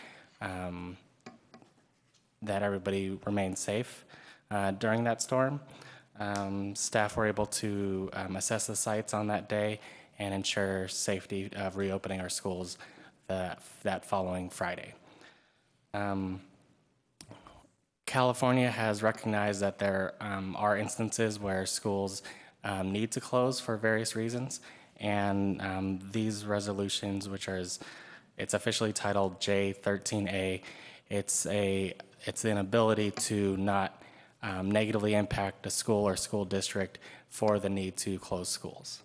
I just want to remind the board that with your approval, it will require each of your board members' signatures to move it forward to the Alameda County Office of Education. So we have two action items that we could group together for waivers for kindergarten to 12th grade and for child development, if we have a motion or discussion. Well, I'll move both of these resolutions. I'll second. All in favor? Aye. So we have the document being passed down for everybody's signature, and that's good. That's great. Item C, approve amendment of license agreement with the Regents of University of California. Thank you, Trustee Rosenbaum. So this is a amendment to the current existing license agreement with the UC, with essentially UC Berkeley. Back in February 2nd, 2010, the board approved a license agreement, which was essentially a facility use agreement in order to, or a facility agreement in order to utilize the land that's on UC Village where the district office is currently located. And it was a temporary agreement for 5 years, and this amendment extends the agreement for 1 more year. And so I just want to publicly thank the Regents of University of California for offering this extension for 1 year while we work towards trying to find a more permanent location for the district office. I would suggest that whoever writes the highlights should, I think a public thank you like that is a very lovely gesture and should be made, I think it should be something that the public should know about. Who's writing highlights tonight? Ross is. And I think it'd be something that says that the Board of Trustees and AUSD staff thank the UC Regents for extending our contract. It is so much appreciated that we have another year to be able to be in the current place that we're at. Knowing that we still have so many facility issues and Yes. this is still a temporary solution by the grace of the Regents of the University of California. But we still have an issue that we definitely have to keep on the burner. Just for myself, I want to note that personally I would add my own thanks that this has not been just 1 year, but 5 years that we've had this arrangement with, in some years, the rate being as low as $0. So that's fabulous support. So we have an action item, which means we need a motion. So moved. Second. All in favor? Aye. Aye. Thank you. Well, we're back on track. Pretty much so. So this brings us to our review and discussion Board of Education, self-evaluation and Board of Education goals. And, you know, thinking about this, and I know that I sent out a very late recommendation, but in our prep for this meeting, Paul and I have been talking about, you know, how to go about this, and we have this the document from CSBA, which I think is a good way to take a look at it. There's about 4 chapters, I think, chapter 2 through 5, that say, you know, a good board does this, a good board does that. My idea, unless somebody has a better one, is to go through that and have a discussion on each one and just talk about what we do well, what we can improve, and hear our observations, and knowing that we don't have to go through the whole thing in one meeting. This needs to be ongoing anyway. Also, looking at our goals, I dug them up, and it looks like the last time we actually adopted goals was February 28th, 2013. So we'll have to revisit that. Paul? Right, and if I can comment on the goals just for a second. In the past, there were some comments that our goals weren't really board goals. They were more goals for the district. And I think this gives us an opportunity to look specifically at board goals, because where it says effective school boards do X, Y, Z, and we say, well, we don't do that, then we have a goal around being an effective school board as opposed to a district goal. So it seemed like it'd be a board-specific goal.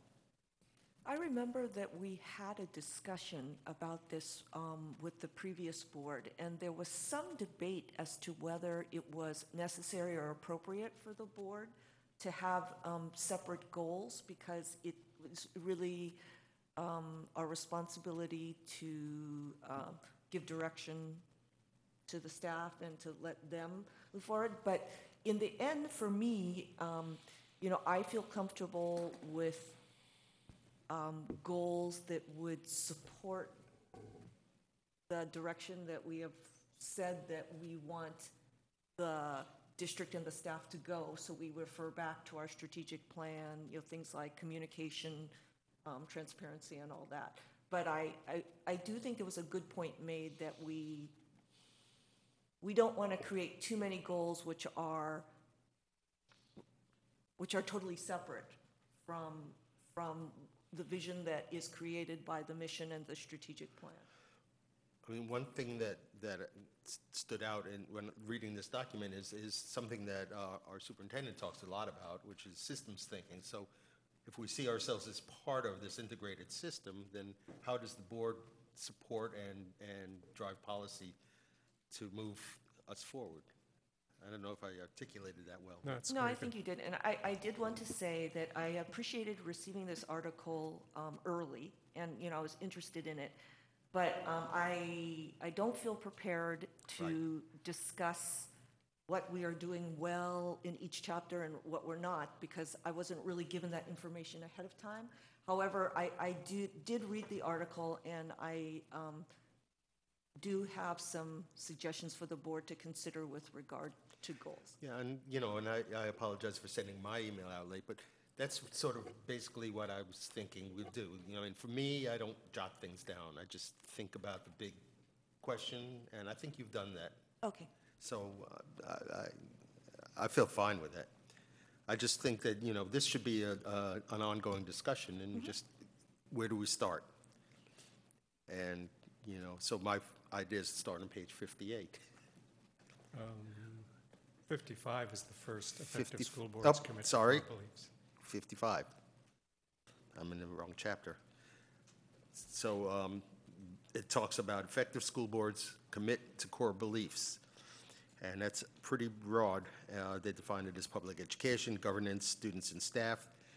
I'll open up for discussion. Go on, Paul.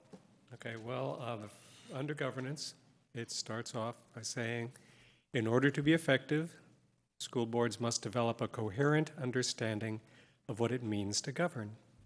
Board members should discuss thoroughly the purpose and functions of governance. I have the feeling that we're all on the same page with this, but we've never actually had an explicit conversation about it. So it's just a thought. It might be something we should agendize at some point, actually have unless you want to have the conversation now. Well, to build on that, that actually, most of my comments are all the way in the final chapter, which have to do with communication and how we communicate to stakeholders and the public. And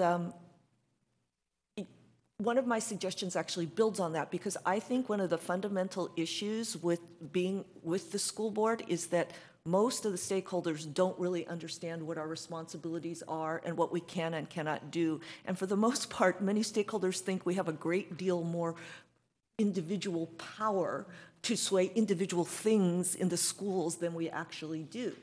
So, such a discussion actually would be valuable if we could then boil it down to a very clear, simple message that we could,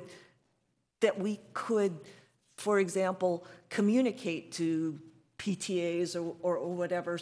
And I think that's I think it's a good idea. It's very key.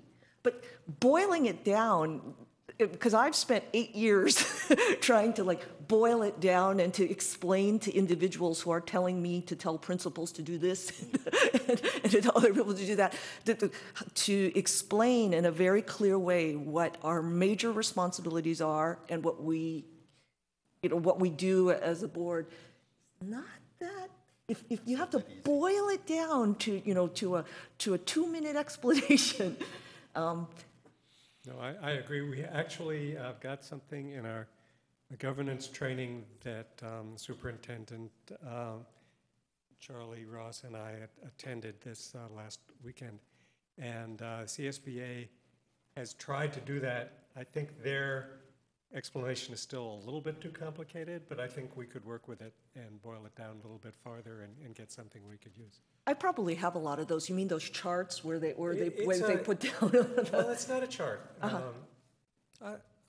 I'll share it and we can see what we can do with it. Yeah, it's a good idea. So, is this a suggestion to come back with this specific task of boiling down what we do and then figuring out how to communicate it better? You're right, because this is broken down into chapters, but really they need to integrate. Sounds like something. Because communication, you're absolutely right. Well, I was going to wait till the last chapter, but I just feel like we should speak with a common voice. We should have a common message. For the most part, what we're saying should be reflective of what the staff is saying about the budget and about the district and so forth. So the only individual thing as a board we would have to say is to explain exactly what our responsibilities are, what we do, to the stakeholders in a simple way. Then related to that, which I talk about when I want to do communication, is we need to have a clear message among the 5 of us based upon what the staff has told us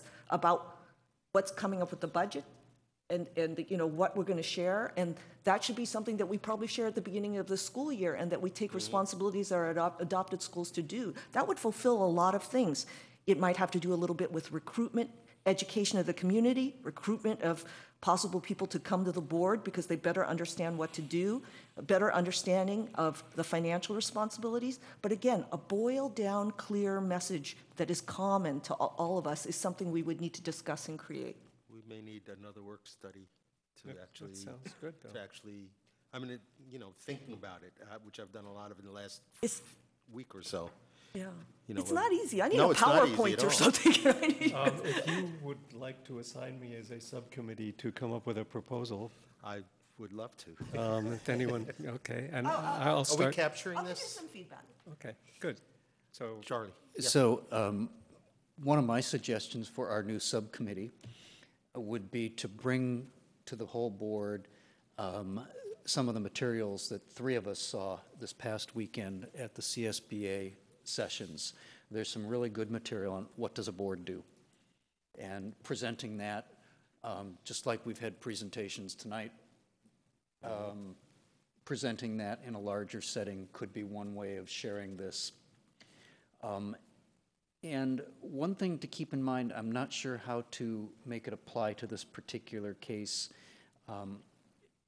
Picking up on Pat's concern about community engagement, one of the suggestions that came out again in that 2-day session was think about how to go other places. Don't expect people to come to you. That's right. Think about how to take your presentation, your whatever it is, into another setting. And I remember a discussion about that a long time ago, probably in 2007 when you were on the board, Charlie. You and I went to schools for one issue, and that was very powerful. It was, yeah. I had forgotten about that. Yeah.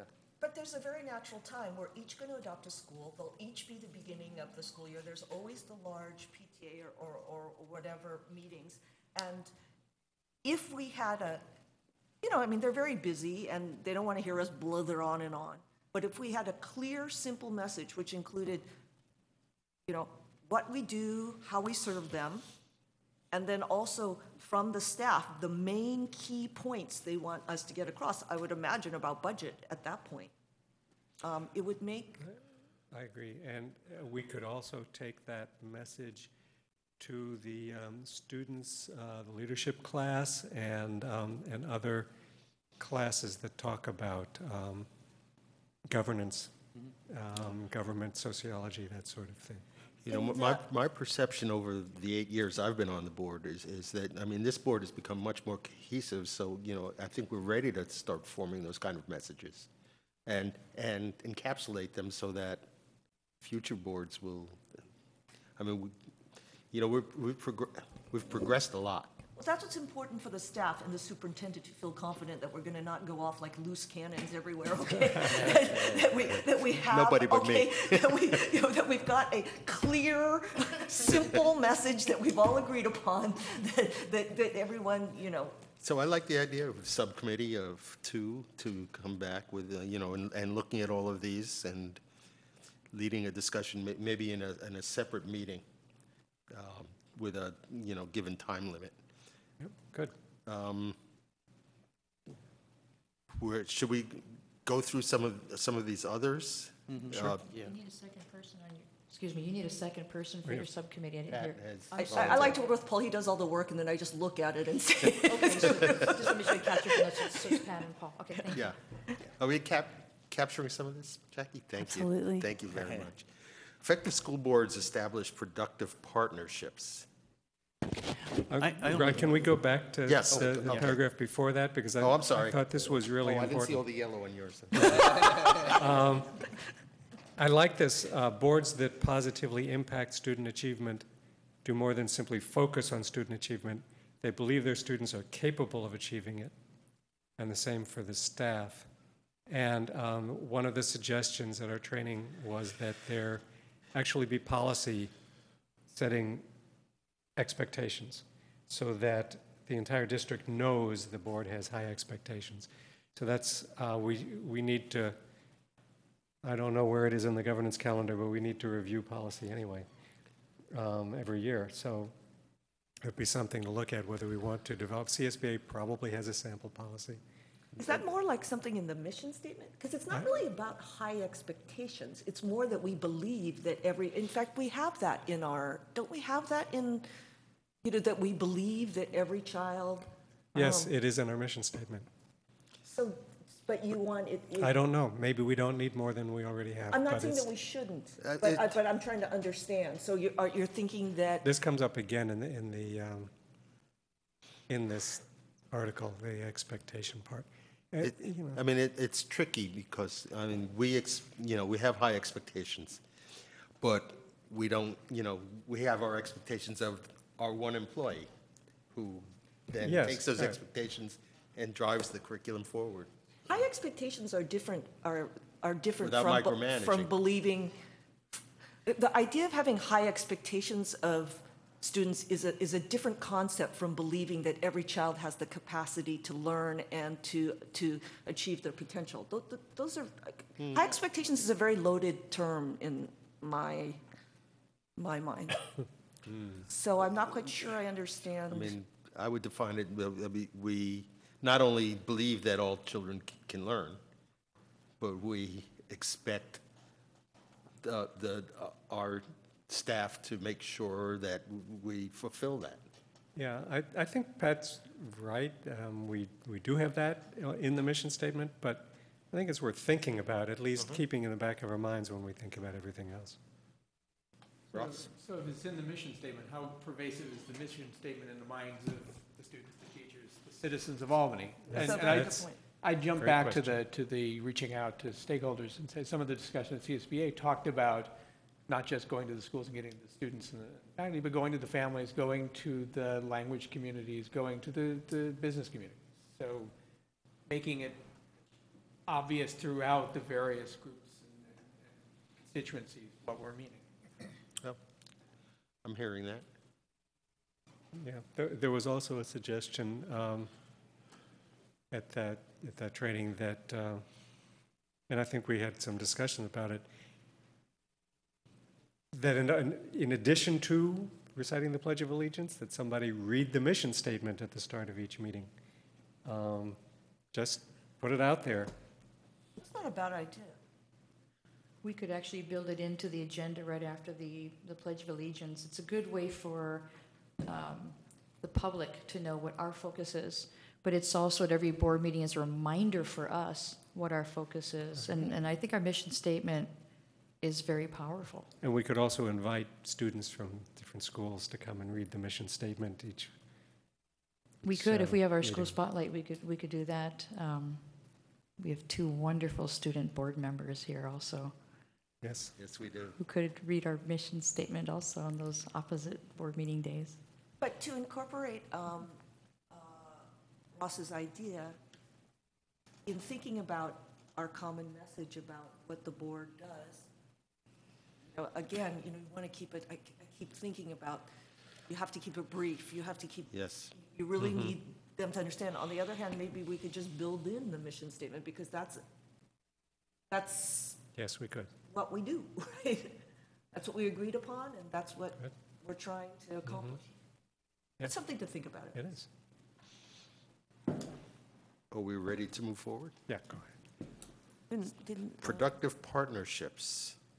I see Charlie. That was Charlie, yeah. Yeah, I only have one note in this chapter, and this is where my note is. It has to do with the productive and positive board superintendent relationship. And one thing I learned at the sessions this past weekend is there is in fact an overlap of responsibilities. I think it's common for us to think that the board provides direction, focuses on policy, staff implements policy, and it's maybe not as widely recognized that these are not two discrete activities. There is in fact an overlap in those activities. And I think if you have not thought about the overlap, you can run into situations where you're kind of bumping up against each other. Whose responsibility is this? Well, this is our responsibility. No, this is staff responsibility. But if you're clear about what the overlap is and intentional about that understanding that there is an overlap, then it will go smoothly. In particular, what they highlighted was that the areas of overlap include the strategic goals and the success indicators, because both the board and the superintendent and staff, superintendent acting on behalf of staff, have a responsibility to articulate goals and to come to an understanding of what indicators of success are. So I would just offer that as a slightly different way of thinking about the productive partnership. I think it was a bit of an eye-opener to me to see it laid out as two overlapping circles, the Venn diagram with the area of intersection. Yeah, that's right. True enough. Good. Other comments on this? Yeah, my only comment there was that I find in general we do very well on this one. I hope nobody's going to contradict me. I think we work well with our superintendent. I do as well. No contradiction here. Well, she can't. If I think some of you are micromanaging, I'll tell you. Okay. Yeah. And you have to tell me. So. Okay, here we go again. Effective school boards clarify values, norms, and protocols. Go on, Paul. Well, to some extent, we're doing that now. I think thanks a lot to Pat from a few years ago when she was board president. We wrote a board handbook, which we review every year. and our norms and values are pretty much encapsulated in there. So I think it's an ongoing process, but I think we do pretty well at it. You're welcome, Paul. And when Paul was president, it felt wonderful that he took that governance handbook, he worked with it, that we've continued to treat it as a living document, continue to try to improve our practice. And, it seems like something that's there I feel, I'm always thinking about the future of the board because we're term limited and so forth. And so there's a document there that I hope will help future boards. And I would agree with all of those, and I think that both of those have, what your inputs have really made the board, again, I'll say much more cohesive. We operate much more strongly and much more unified. Okay, anything else on this? So we go to Chapter 3. Effective school boards focus on improving governance. Sounds very similar. Page 58. 58. And I'm looking at your yellows and your greens. But we'll go to Charlie I'm first. just going to say, in following your suggestion that we focus only on where I think we need improvement, I have not marked any areas in this chapter. I think in general we're doing well, but I would welcome anybody else's. So Okay. I would agree about taking any input on this chapter, Well, and then we can move on. Yeah, I had one. Well, I have a lot of comments because that's how I am. But go on. I think we do well in scheduling board conversations, which is part of this, and I think that's good. We're having our self-evaluation now, which is part of this. The one thing that CSBA recommends that we don't do much of is having group training, where you schedule a training session for the entire board. We had Brown Act training, I don't know, 5 years ago or something like that. We had a facilitator the first time we did the board self-evaluation, but we've done those sorts of things very rarely, and I would just, put it out there for other board members. Do you think that's a valuable practice? Well, I'll respond then. It depends. To me, it really depends. We've had leadership from outside that I thought was a waste of our time. And so, I don't want us to spend time. We spend so much time focusing on, and doing really well, focusing on what we do. To further develop, I would want to make sure that we were using something that's going to drive us forward. I know that Val has folks that she's in touch with that maybe would be of value to the board, but otherwise, I don't want to waste time like we did on a couple of those trainings. Pat? Well, I think that some of the most valuable training that I went through, I did individually, which was really a lot of the CSBA trainings. And I know that 3 of the board members who are going to continue when Ron and I are termed out are now doing the governance training, and I'm very pleased about that. I know that that was something that the superintendent really wanted you to do as a group. And at this point, I didn't feel like I needed to do it because I had done a lot of I had done a lot of the CSBA training that you're going through in other ways, but I found it very valuable, and I'm glad that you're doing it. And I think that it will strengthen the board as a whole. So I sort of feel like you're already doing it, except that I did it individually, and 2 of us are, and the 3 of you are remaining for the longer term on the board. So I feel very good about that. And I was going to say the same thing. The fact that we have 3 board members who are going through the Masters in Governance training, and I don't know about you 3, but that's intense training. That was pretty dense, meaty work that we're doing. And please remember, we also had 2 board members who came to our systems thinking training that we offered to everybody. So board is doing a lot of work in area of getting that kind of professional development. So if I can the systems thinking comes up actually on page 59. noticed that. And when I saw that, I thought, I just wondered what the superintendent's thoughts and other board members' thoughts would be on having a systems thinking training for the board. We can do that. I would. How much would that cost? Well, what would it cost, and do you think it would actually be worthwhile? I think it would be worthwhile because when you think about systems thinking, while it's a series of skills and strategies, this is really about taking the culture of the district and embedding deep systems thinking so that we're not making decisions at the event level and having unintended consequences. It's really digging deep into the issues and looking at our community and cultural beliefs and norms and some of our own experiences and coming together as a collaborative group to make foundational decisions. And if we can lay the foundation for that kind of thinking in our community, then I think that has to happen from the boardroom to the classroom. I think that sounds very interesting. I would like to know how much that costs. Okay, so before I committed to it, because I would like to be very careful about our. I mean, I love to learn, and I'm very much into lifelong learning. But I would like to know how much we would have to spend on ourselves. For example, I know that you had a group already within the district that is having some training. Perhaps they could communicate to us as the board what they've learned and some of the things they think they might want to share with us that would help us. That would save some money.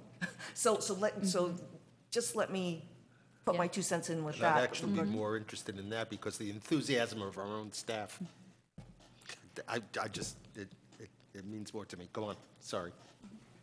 I'm sorry. Yeah. I've lost my train of thought. I know, I haven't had enough sleep the last couple nights. Oh, no, here it is, right in front of me. Okay. So on page 60, it says effective school boards use data for their governing work. That's been in all the CSBA things that we've talked about. We've talked about it a lot. I want to recognize that we really don't use as much data as I would like to be as effective as and to make the best decisions for students that I would like, but I recognize the limitations we have, including particularly resources and money to do that. And so I live with it, but each year I think about some of the decisions that we make, some of the data that we have and that we don't have, and I feel concerned, but I also am very realistic about how we need to watch our money. Paul.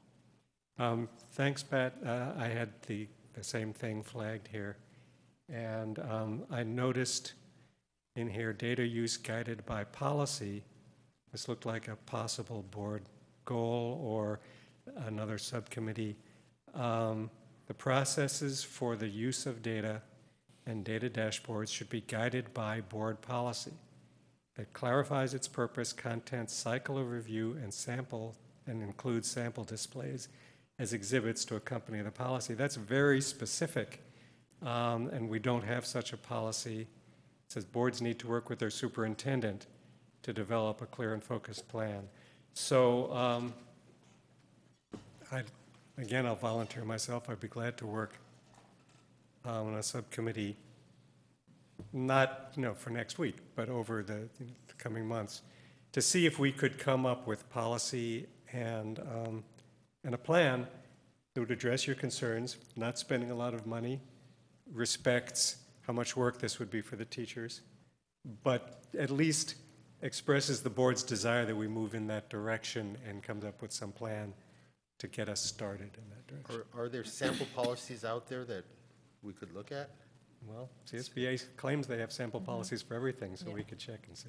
Yeah, and some of this isn't just So we don't start from some of scratch. this isn't just work with for the teachers. Some of it is that we just don't have the money and the manpower to get data that we have wanted for a long time. It's very difficult to get the data. So, But as you pointed out, CSBA mentions this in every talk, that decisions should be data-driven. And we haven't had much good data to look at, so. So I guess I think a subcommittee on that would be a good idea. It would have to be you'd want to focus on the guiding questions that you've mentioned before, what is best for students, how students learn, but I don't know, I guess I would want to know what the mission of the subcommittee would be and what kind of action items, because there'd be a number of ways to approach it. You could look at what data already exists and then say, what is useful for teachers, what is useful for principals, and what is preventing them from being able to access more of that data. I think in terms of policy, and the description here in the article, I think is good. The board policy would clarify the purpose of the data, the content, and I would assume that would be in a very general way. Right. And the cycle of review. And I don't know about sample displays, maybe that would come later.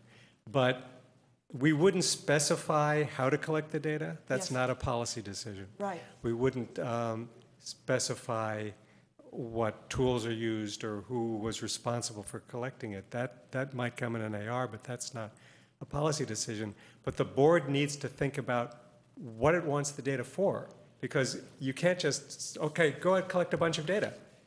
What do we want the data for? What are we going to use it for? And I think that's what should be in the policy. Okay, I feel more comfortable with that. Somebody else should. I like working with you, so but that's a subcommittee I'd work on.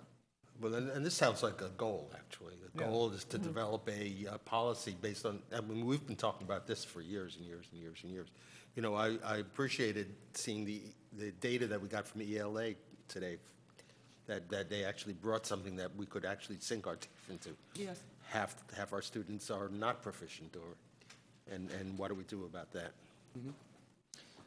So I think I heard Pat volunteer. That sounds like a good thing. I just wanted to offer that whenever we talk about data in any context, we want to think about turning data into information and turning information into insight.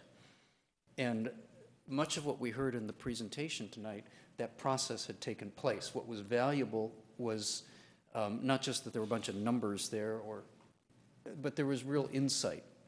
And I'm not sure how to translate that into a specific direction, but I think that that's what I'd be looking for, that there's a process in place by means of which staff are able to turn data into information and information into insight. And insight into action. I actually agree with that, because I was very impressed by the reflective nature of the presentation and the experience that showed from looking at that data and from trying to understand how it would best serve students. I agree. So that could be part of the I made possible. A note. Thanks, Charlie. That's really good. What you do with the data is the end result.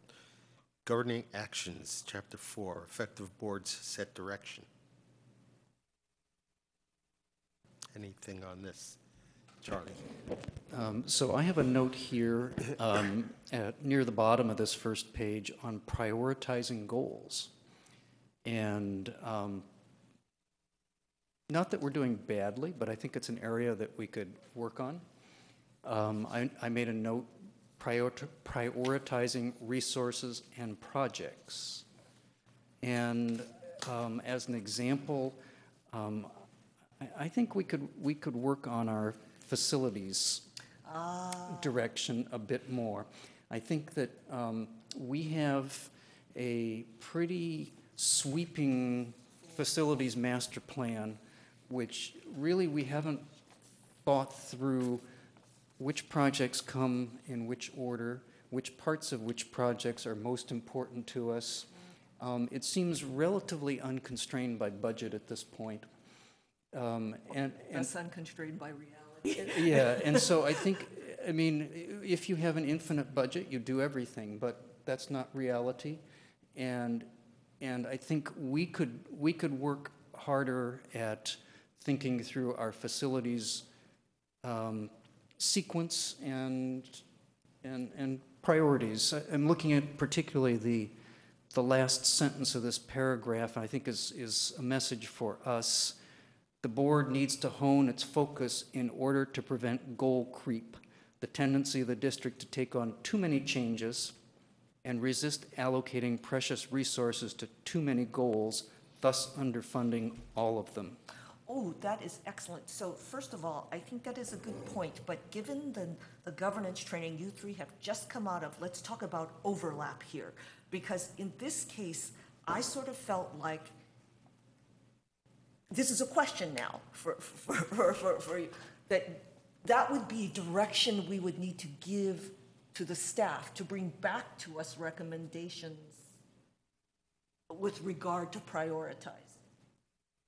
Or are you saying we need to discuss amongst us? And I'm actually asking.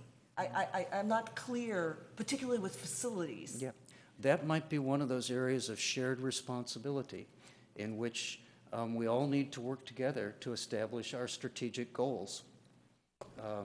And we could talk about that some more, and I don't want to, start talking about that right now. Right, that's not agendized anyway. But this could be one where it's not really the board's sole responsibility, it's not staff. We need to work together on this. Well, I think that is an excellent idea, because we're not going to get anything done if we bite off more than we can chew, or, we wouldn't do anything well. It just seems like perfect common sense to me. However, I have no expertise in this area, which is part of the reason why I feel like we need to ask staff, get some feedback, or have them go out to experts if necessary. So I think it's a great idea. Just reading board goal number 2 from 2013, February. Develop a facilities master plan. Develop a facilities master plan for the district that includes both short-term goals such as seismic upgrades and long-term planning for the district's future needs.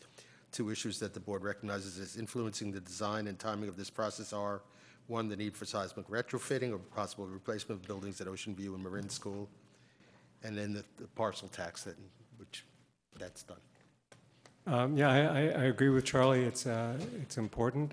We have done some of that work, and it was driven more by how fast we could get plans done and what funding might be available, so that we prioritized Marin before Ocean View, for example. Right, and they were all very difficult decisions. What we were not thinking about when we did that, or putting primary in our decision-making, was how each of these facilities projects would affect student learning, which is where, what should always be in the front of our minds. So I certainly be willing to revisit it with that as our focus. And I'm open to a suggestion if Charlie wants to make this a board goal, or has a suggestion for a subcommittee, or how he thinks we should approach it. Well, this is just one area. Again, I'm trying to keep the bigger picture in mind here. Prioritizing goals is more than just about facilities. Right. I'm just holding that up as an example of one that I'm sort of feeling as a particular need right now. But prioritizing goals, what is the process for our doing that, is something I think maybe is a longer term discussion. It's how do we use our resources to promote student learning in the most effective way we can, given that we always have limited resources. So that, I guess what I'm trying to say is, I wasn't trying to limit this to the question of facilities. I was identifying this as an area that we need to keep working on. That's good. But do you have a specific Well, the proposal? facilities part, I think, is a little different. I think we do need to have some conversation about our facilities master plan, what the sequence of projects might be. That just seems like a board agenda item at some point, or a study session. I agree. We need to hear from staff at some point as to what their thinking is on the order of projects and the priorities among them, but the board, I think, probably also has something to talk about on all of those. So it could just be a study session. Okay, well, we have a proposal and a second for an agenda item, so I think that means we should put it on the agenda. Do you want to word it specifically for Jackie so she can get it in the minutes, what should be on the agenda? Or you could send it, if it isn't that clear in your mind yet, you could send it to us I could see what he later said. Oh, no. in an email. He should speak for himself. Yeah, well, what did you hear me say? That would be helpful. I heard Board Member Blanchard say that he thought it would be useful to have a board study session in which we revisited, took a closer look at the facilities master plan with the help of the staff in order to discuss and perhaps make more clear the priority of projects and the timeline in which we might proceed with them, keeping in mind Board Member Black's point that we need to remember that this is primarily about student learning. And so some of these facilities decisions which were sort of rushed and driven by, and this is not a criticism, by the need to try to apply for monies that were available. If that situation has changed, we need to step back and revisit this. Was that clear Excellent. or That not? was perfect. Okay. And I will only add that one reason I'm feeling this is a particular need is that we've heard in recent presentations that there's going to be less state funding for facilities, and we're going to be looking at more local funding. That's right. That really falls on the board to talk about, how we go about that and how we bring that to the community. Great, sounds good. Did you want to make a separate suggestion about your larger point? No, I think just to recognize that we always need to be doing that. So if I can capture this, so outside of the discussion around board goals, you would like to have us agendize a board work study session on facilities to look at the facilities master plan and project priorities and a timeline. Yeah. Did I succinctly capture? Yeah. Yes. Yeah. Okay, thank you. Sounds good. I'm looking at the clock, and it's 9:23, and I think we've made a decent dent in this. You are This is right. mu- I think we much have. more. I mean, there's a lot of thought. Where we got. We really needed to talk about where we're going to go with what we've talked about so far, and we need to agendize another session, maybe another hour to talk about what we've left off, and then where do we go from here? Okay, so Well, it seems like we have some subcommittee work. So maybe that that could should be be done based with a first, or- subcommittee work coming back to us, so we have to figure out the timeline on that. Right. Okay. And we can, well, since the subcommittee is, Paul, you seem to be on both of them, so maybe when we're forming agenda, we could, Yeah, you'll have some I'll- idea where we'll be. I'll put some thought into it and Can we talk to capture Patty. just for the minutes, the two subcommittees and just maybe very, well, kind of one sentence, what that subcommittee is going to do, just so we have it for the highlights? Maybe I need Sounds to be like one realistic, even subcommittee though I like to is be doing two involved in things. everything. This is my son's senior year. I have to think about it. So I definitely would like to be involved in the subcommittee the initial one, which was to look at the CSBA model descriptions of board responsibilities. And try to come up with something very concise. That we could That we could share, communicate. that we could share with the community, including Ross's idea, perhaps about the mission statement, et cetera. I would like to be involved with that. I may need to step back from the other subcommittee, even though I'm really interested in it about data, because I don't think I would be able to do my share. Is there anyone else who would? Who is jumping up and down? It's not my field of expertise, but if nobody steps up, Talking about the mission statement, maybe I should. I see Ross. There we go. Great. Okay, so we'll put Ross down for that one. So we will agendize a further discussion as soon as we know the schedule for the subcommittees. Okay. And we will also agendize a work study on the facilities issues. Okay, so maybe we can note in the minutes that we got through page 16 of the original article. So we would be picking up on page 17 of the article, because the page number in the board agenda obviously will change. I thought that was a very constructive conversation. I thank my fellow board members for their insights and for their. So, a lot of thought goes into this. How soon would the board like to agendize another discussion on board goals? Well, we could take it up in our agenda meeting on Friday. Friday, okay. Depending on the work that the subcommittee's done. Yeah, that and what other stuff is on the board. And, we have to look at everything else. On the calendar. Yeah, I'll just mention that whenever we do that, actually, half of my comments were in that last chapter on engaging community. So it's appropriate that we give ourselves more time to talk about that. Yeah, I had a lot of comments on that too. As well as I did too. Yes, yeah. yes, definitely. Okay, board and superintendent comments. Thank you. Just want to let the public know and the board know that our LCAP, LCFF, Local Control Accountability Plan, Local Control Funding Formula Advisory Committee meeting number 2 is tomorrow from 5:30 to 6:30 in the Albany Middle School Library.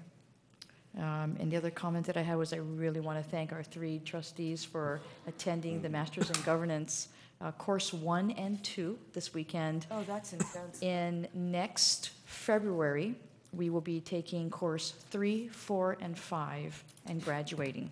In one weekend you're doing? We will do 3 courses in 1 weekend. Wow. Oh, thank you so much. I don't know how. Yeah, it's wow. right. Other board comments? Student board member? Yes, so I spoke to the superintendent about this, but there have been several students at the high school who have come to me, and Michael, they've come to us concerning the issue of using sports outside of school as a replacement for PE credits. And so we would like to see that put on the agenda in the future, so that we have some time with those students at our school to hash out an idea of what they would like to see. Okay, has that been to the IIC meeting? So when the student she is the one who's sort of taking charge of all of it, she spoke to Mr. Goins, and he told her to come to school board and not to IIC. And she was told the same thing by the IIC members, that it was more of our issue to discuss it. I think more of just whether or not we will allow the kind of Okay, because that replacement has credits. come up in the past. It's come up in the past. And yes. the PE department didn't like it, so. Has very strong opinions about it. They have to have the opportunity to. Michael? So I spoke with some of the IIC members from a few years past and the current ones. There's been a lot of turnover there, so I can understand why there might be this discrepancy here, but since Bankson has left, there's been a lot of changes in the PE department. As wonderful as he led a lot of the discussion there, and there's new PE teachers now, and the possibility is open for rediscussion.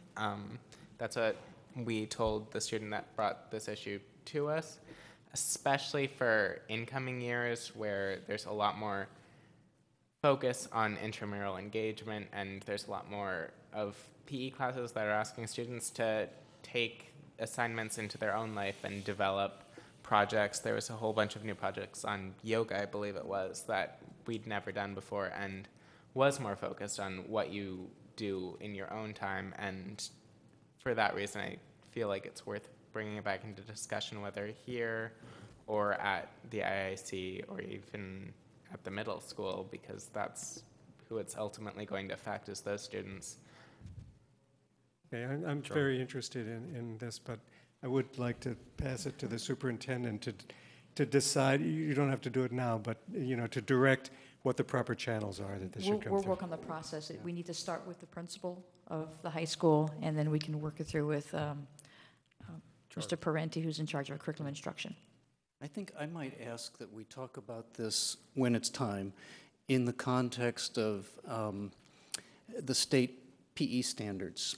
That was the discussion. A number of years ago, when we were building a pool for a certain high school, the question came up as to units, and what we were trying to accomplish with PE. And while we only have 2 years required, there's actually a 4-year PE curriculum.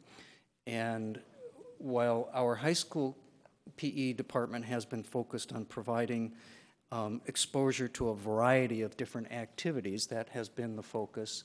The state curriculum actually builds on that and encourages students to begin exploring some particular areas as they move into 10th, 11th, 12th grade. And so there's this larger kind of question about sort of your growth and development and what kind of physical activities become of interest to you as an individual that you carry forward as lifelong healthy physical activities. So if we could think about all of this in this context of, what the larger goals and directions for PE might be, that would be very helpful. And there are practical problems that come up. I've seen this many, many times. In monitoring and documenting Yes. and all that kind of stuff. But the separate issue is that by policy, changes in course requirements or graduation requirements that it could be seen as a change in requirements, they would go through the IIC. But the IIC should look at those things and hash those out and bring that. The board is the last place. I think you want to start the process, is what I'm hearing. Right. Mm-hmm. But I think it's a worthwhile discussion to have, and it hasn't been, there has been a lot of change at the high school, and it might be time to have that discussion again. Yeah, This I issue think recurs on a it's a regular good discussion to basis. have, Yeah. and I think the board will be interested in hearing it, but it can't come directly to the board. It has to come up through channels. I think I should probably note that some of us have received a few email inquiries about measles vaccines. Some of us may have received more inquiries than others, I'm not sure. I wanted just to note that I did some research of my own, and I found that what prompted this, of course, was the article in the New York Times. Yes. The data presented there, in fact, don't actually agree with the data that are posted for 2013-2014 at the California Department of Public Health. And so I would actually turn this back to staff at some point and ask if you want to provide us with any kind of update at any point. It would certainly be welcome to me so that I can tell people what we think are the right numbers. We can put in the Friday update. There was an article in today's New York Times, actually, in the science section, which I haven't read all the way through yet. Is that right? You saw that? No. I think No, so. that Well, was the article that came out was last Friday. It was a map. It showed certain rates. Yeah. The numbers in that map actually don't agree with the numbers, the data that I found posted. Don't agree in what way? They're different numbers. They're different numbers. Different vaccination rates. But there's no documentation in the New York Times article as to what year they used or what Exactly. source, data source. Well, They they're- had 3 data sources We have listed. our own numbers for Yeah. our students. And I presume we have our numbers, and it would be helpful to us to be able to say, here's what we think our numbers are. I mean, there was something about, in 2013, there was an outbreak, and there wasn't much discussion at all, and now there's 2015. But it sounds like if there's some reason you can't be vaccinated, you don't go to Marin. County. Yes, not a school, no, Marin County. Before we adjourn, I had a question. It's probably a point of order. So on the question about the reading of the mission statement, is that something that we need to agendize and do a vote on, or I can just add it in there? I could not actually find it in the Robert's Rules of Order or in the CSBA. If we want to put our mission statement and build it into our agenda, if that is something that the board needs to vote on, or if you Printed in the agenda packet, isn't it? the mission statement. Is it not in the front matter? Well, no, I'm talking about reading the mission statement as part of our board agenda. If it's printed, Printed on top. the It is. board president could simply begin the meeting by reading it. Or asking asking someone. somebody else. We could take turns. I think it'd be good to have different voices, including the students if they would care to. It'd be wonderful to have different people. I think we have a board consensus. It's Okay, something we can wanna start the next board meeting then. Thank you. Yeah, my thought on that was to capture it on video, and you've got the grist to build a presentation about Albany and what it believes in education. I wanted to add one more thing from the CSBA conference. I was reading through the bylaws, and I'm reading through the policies, and intrigued to discover we have a policy that says we will commemorate Susan B. Anthony's birthday in all of the schools. That will occur on a Sunday, so I thought since the schools won't, I'll give a shout out to Susan B. Anthony. And read the Wikipedia entry on her. She started as an abolitionist, and after being a pro-temperance, got around to female suffrage. And some intriguing policies. I don't recall of having had kids go through the schools ever hearing raised. March 5th is Black American Day, which was inaugurated, triggered by Crispus Attucks, killed in the Boston Massacre. I don't recall Marin ever commemorating Black American Day or Black American Day, but there's some intriguing stuff in all our policies. So go home and read about Susan B. Anthony. And February is Black History Month. So Yes, correct. we haven't mentioned that, and I think we should. And I just did. And with that, we are adjourned. Thank you. Thank you. Thank you.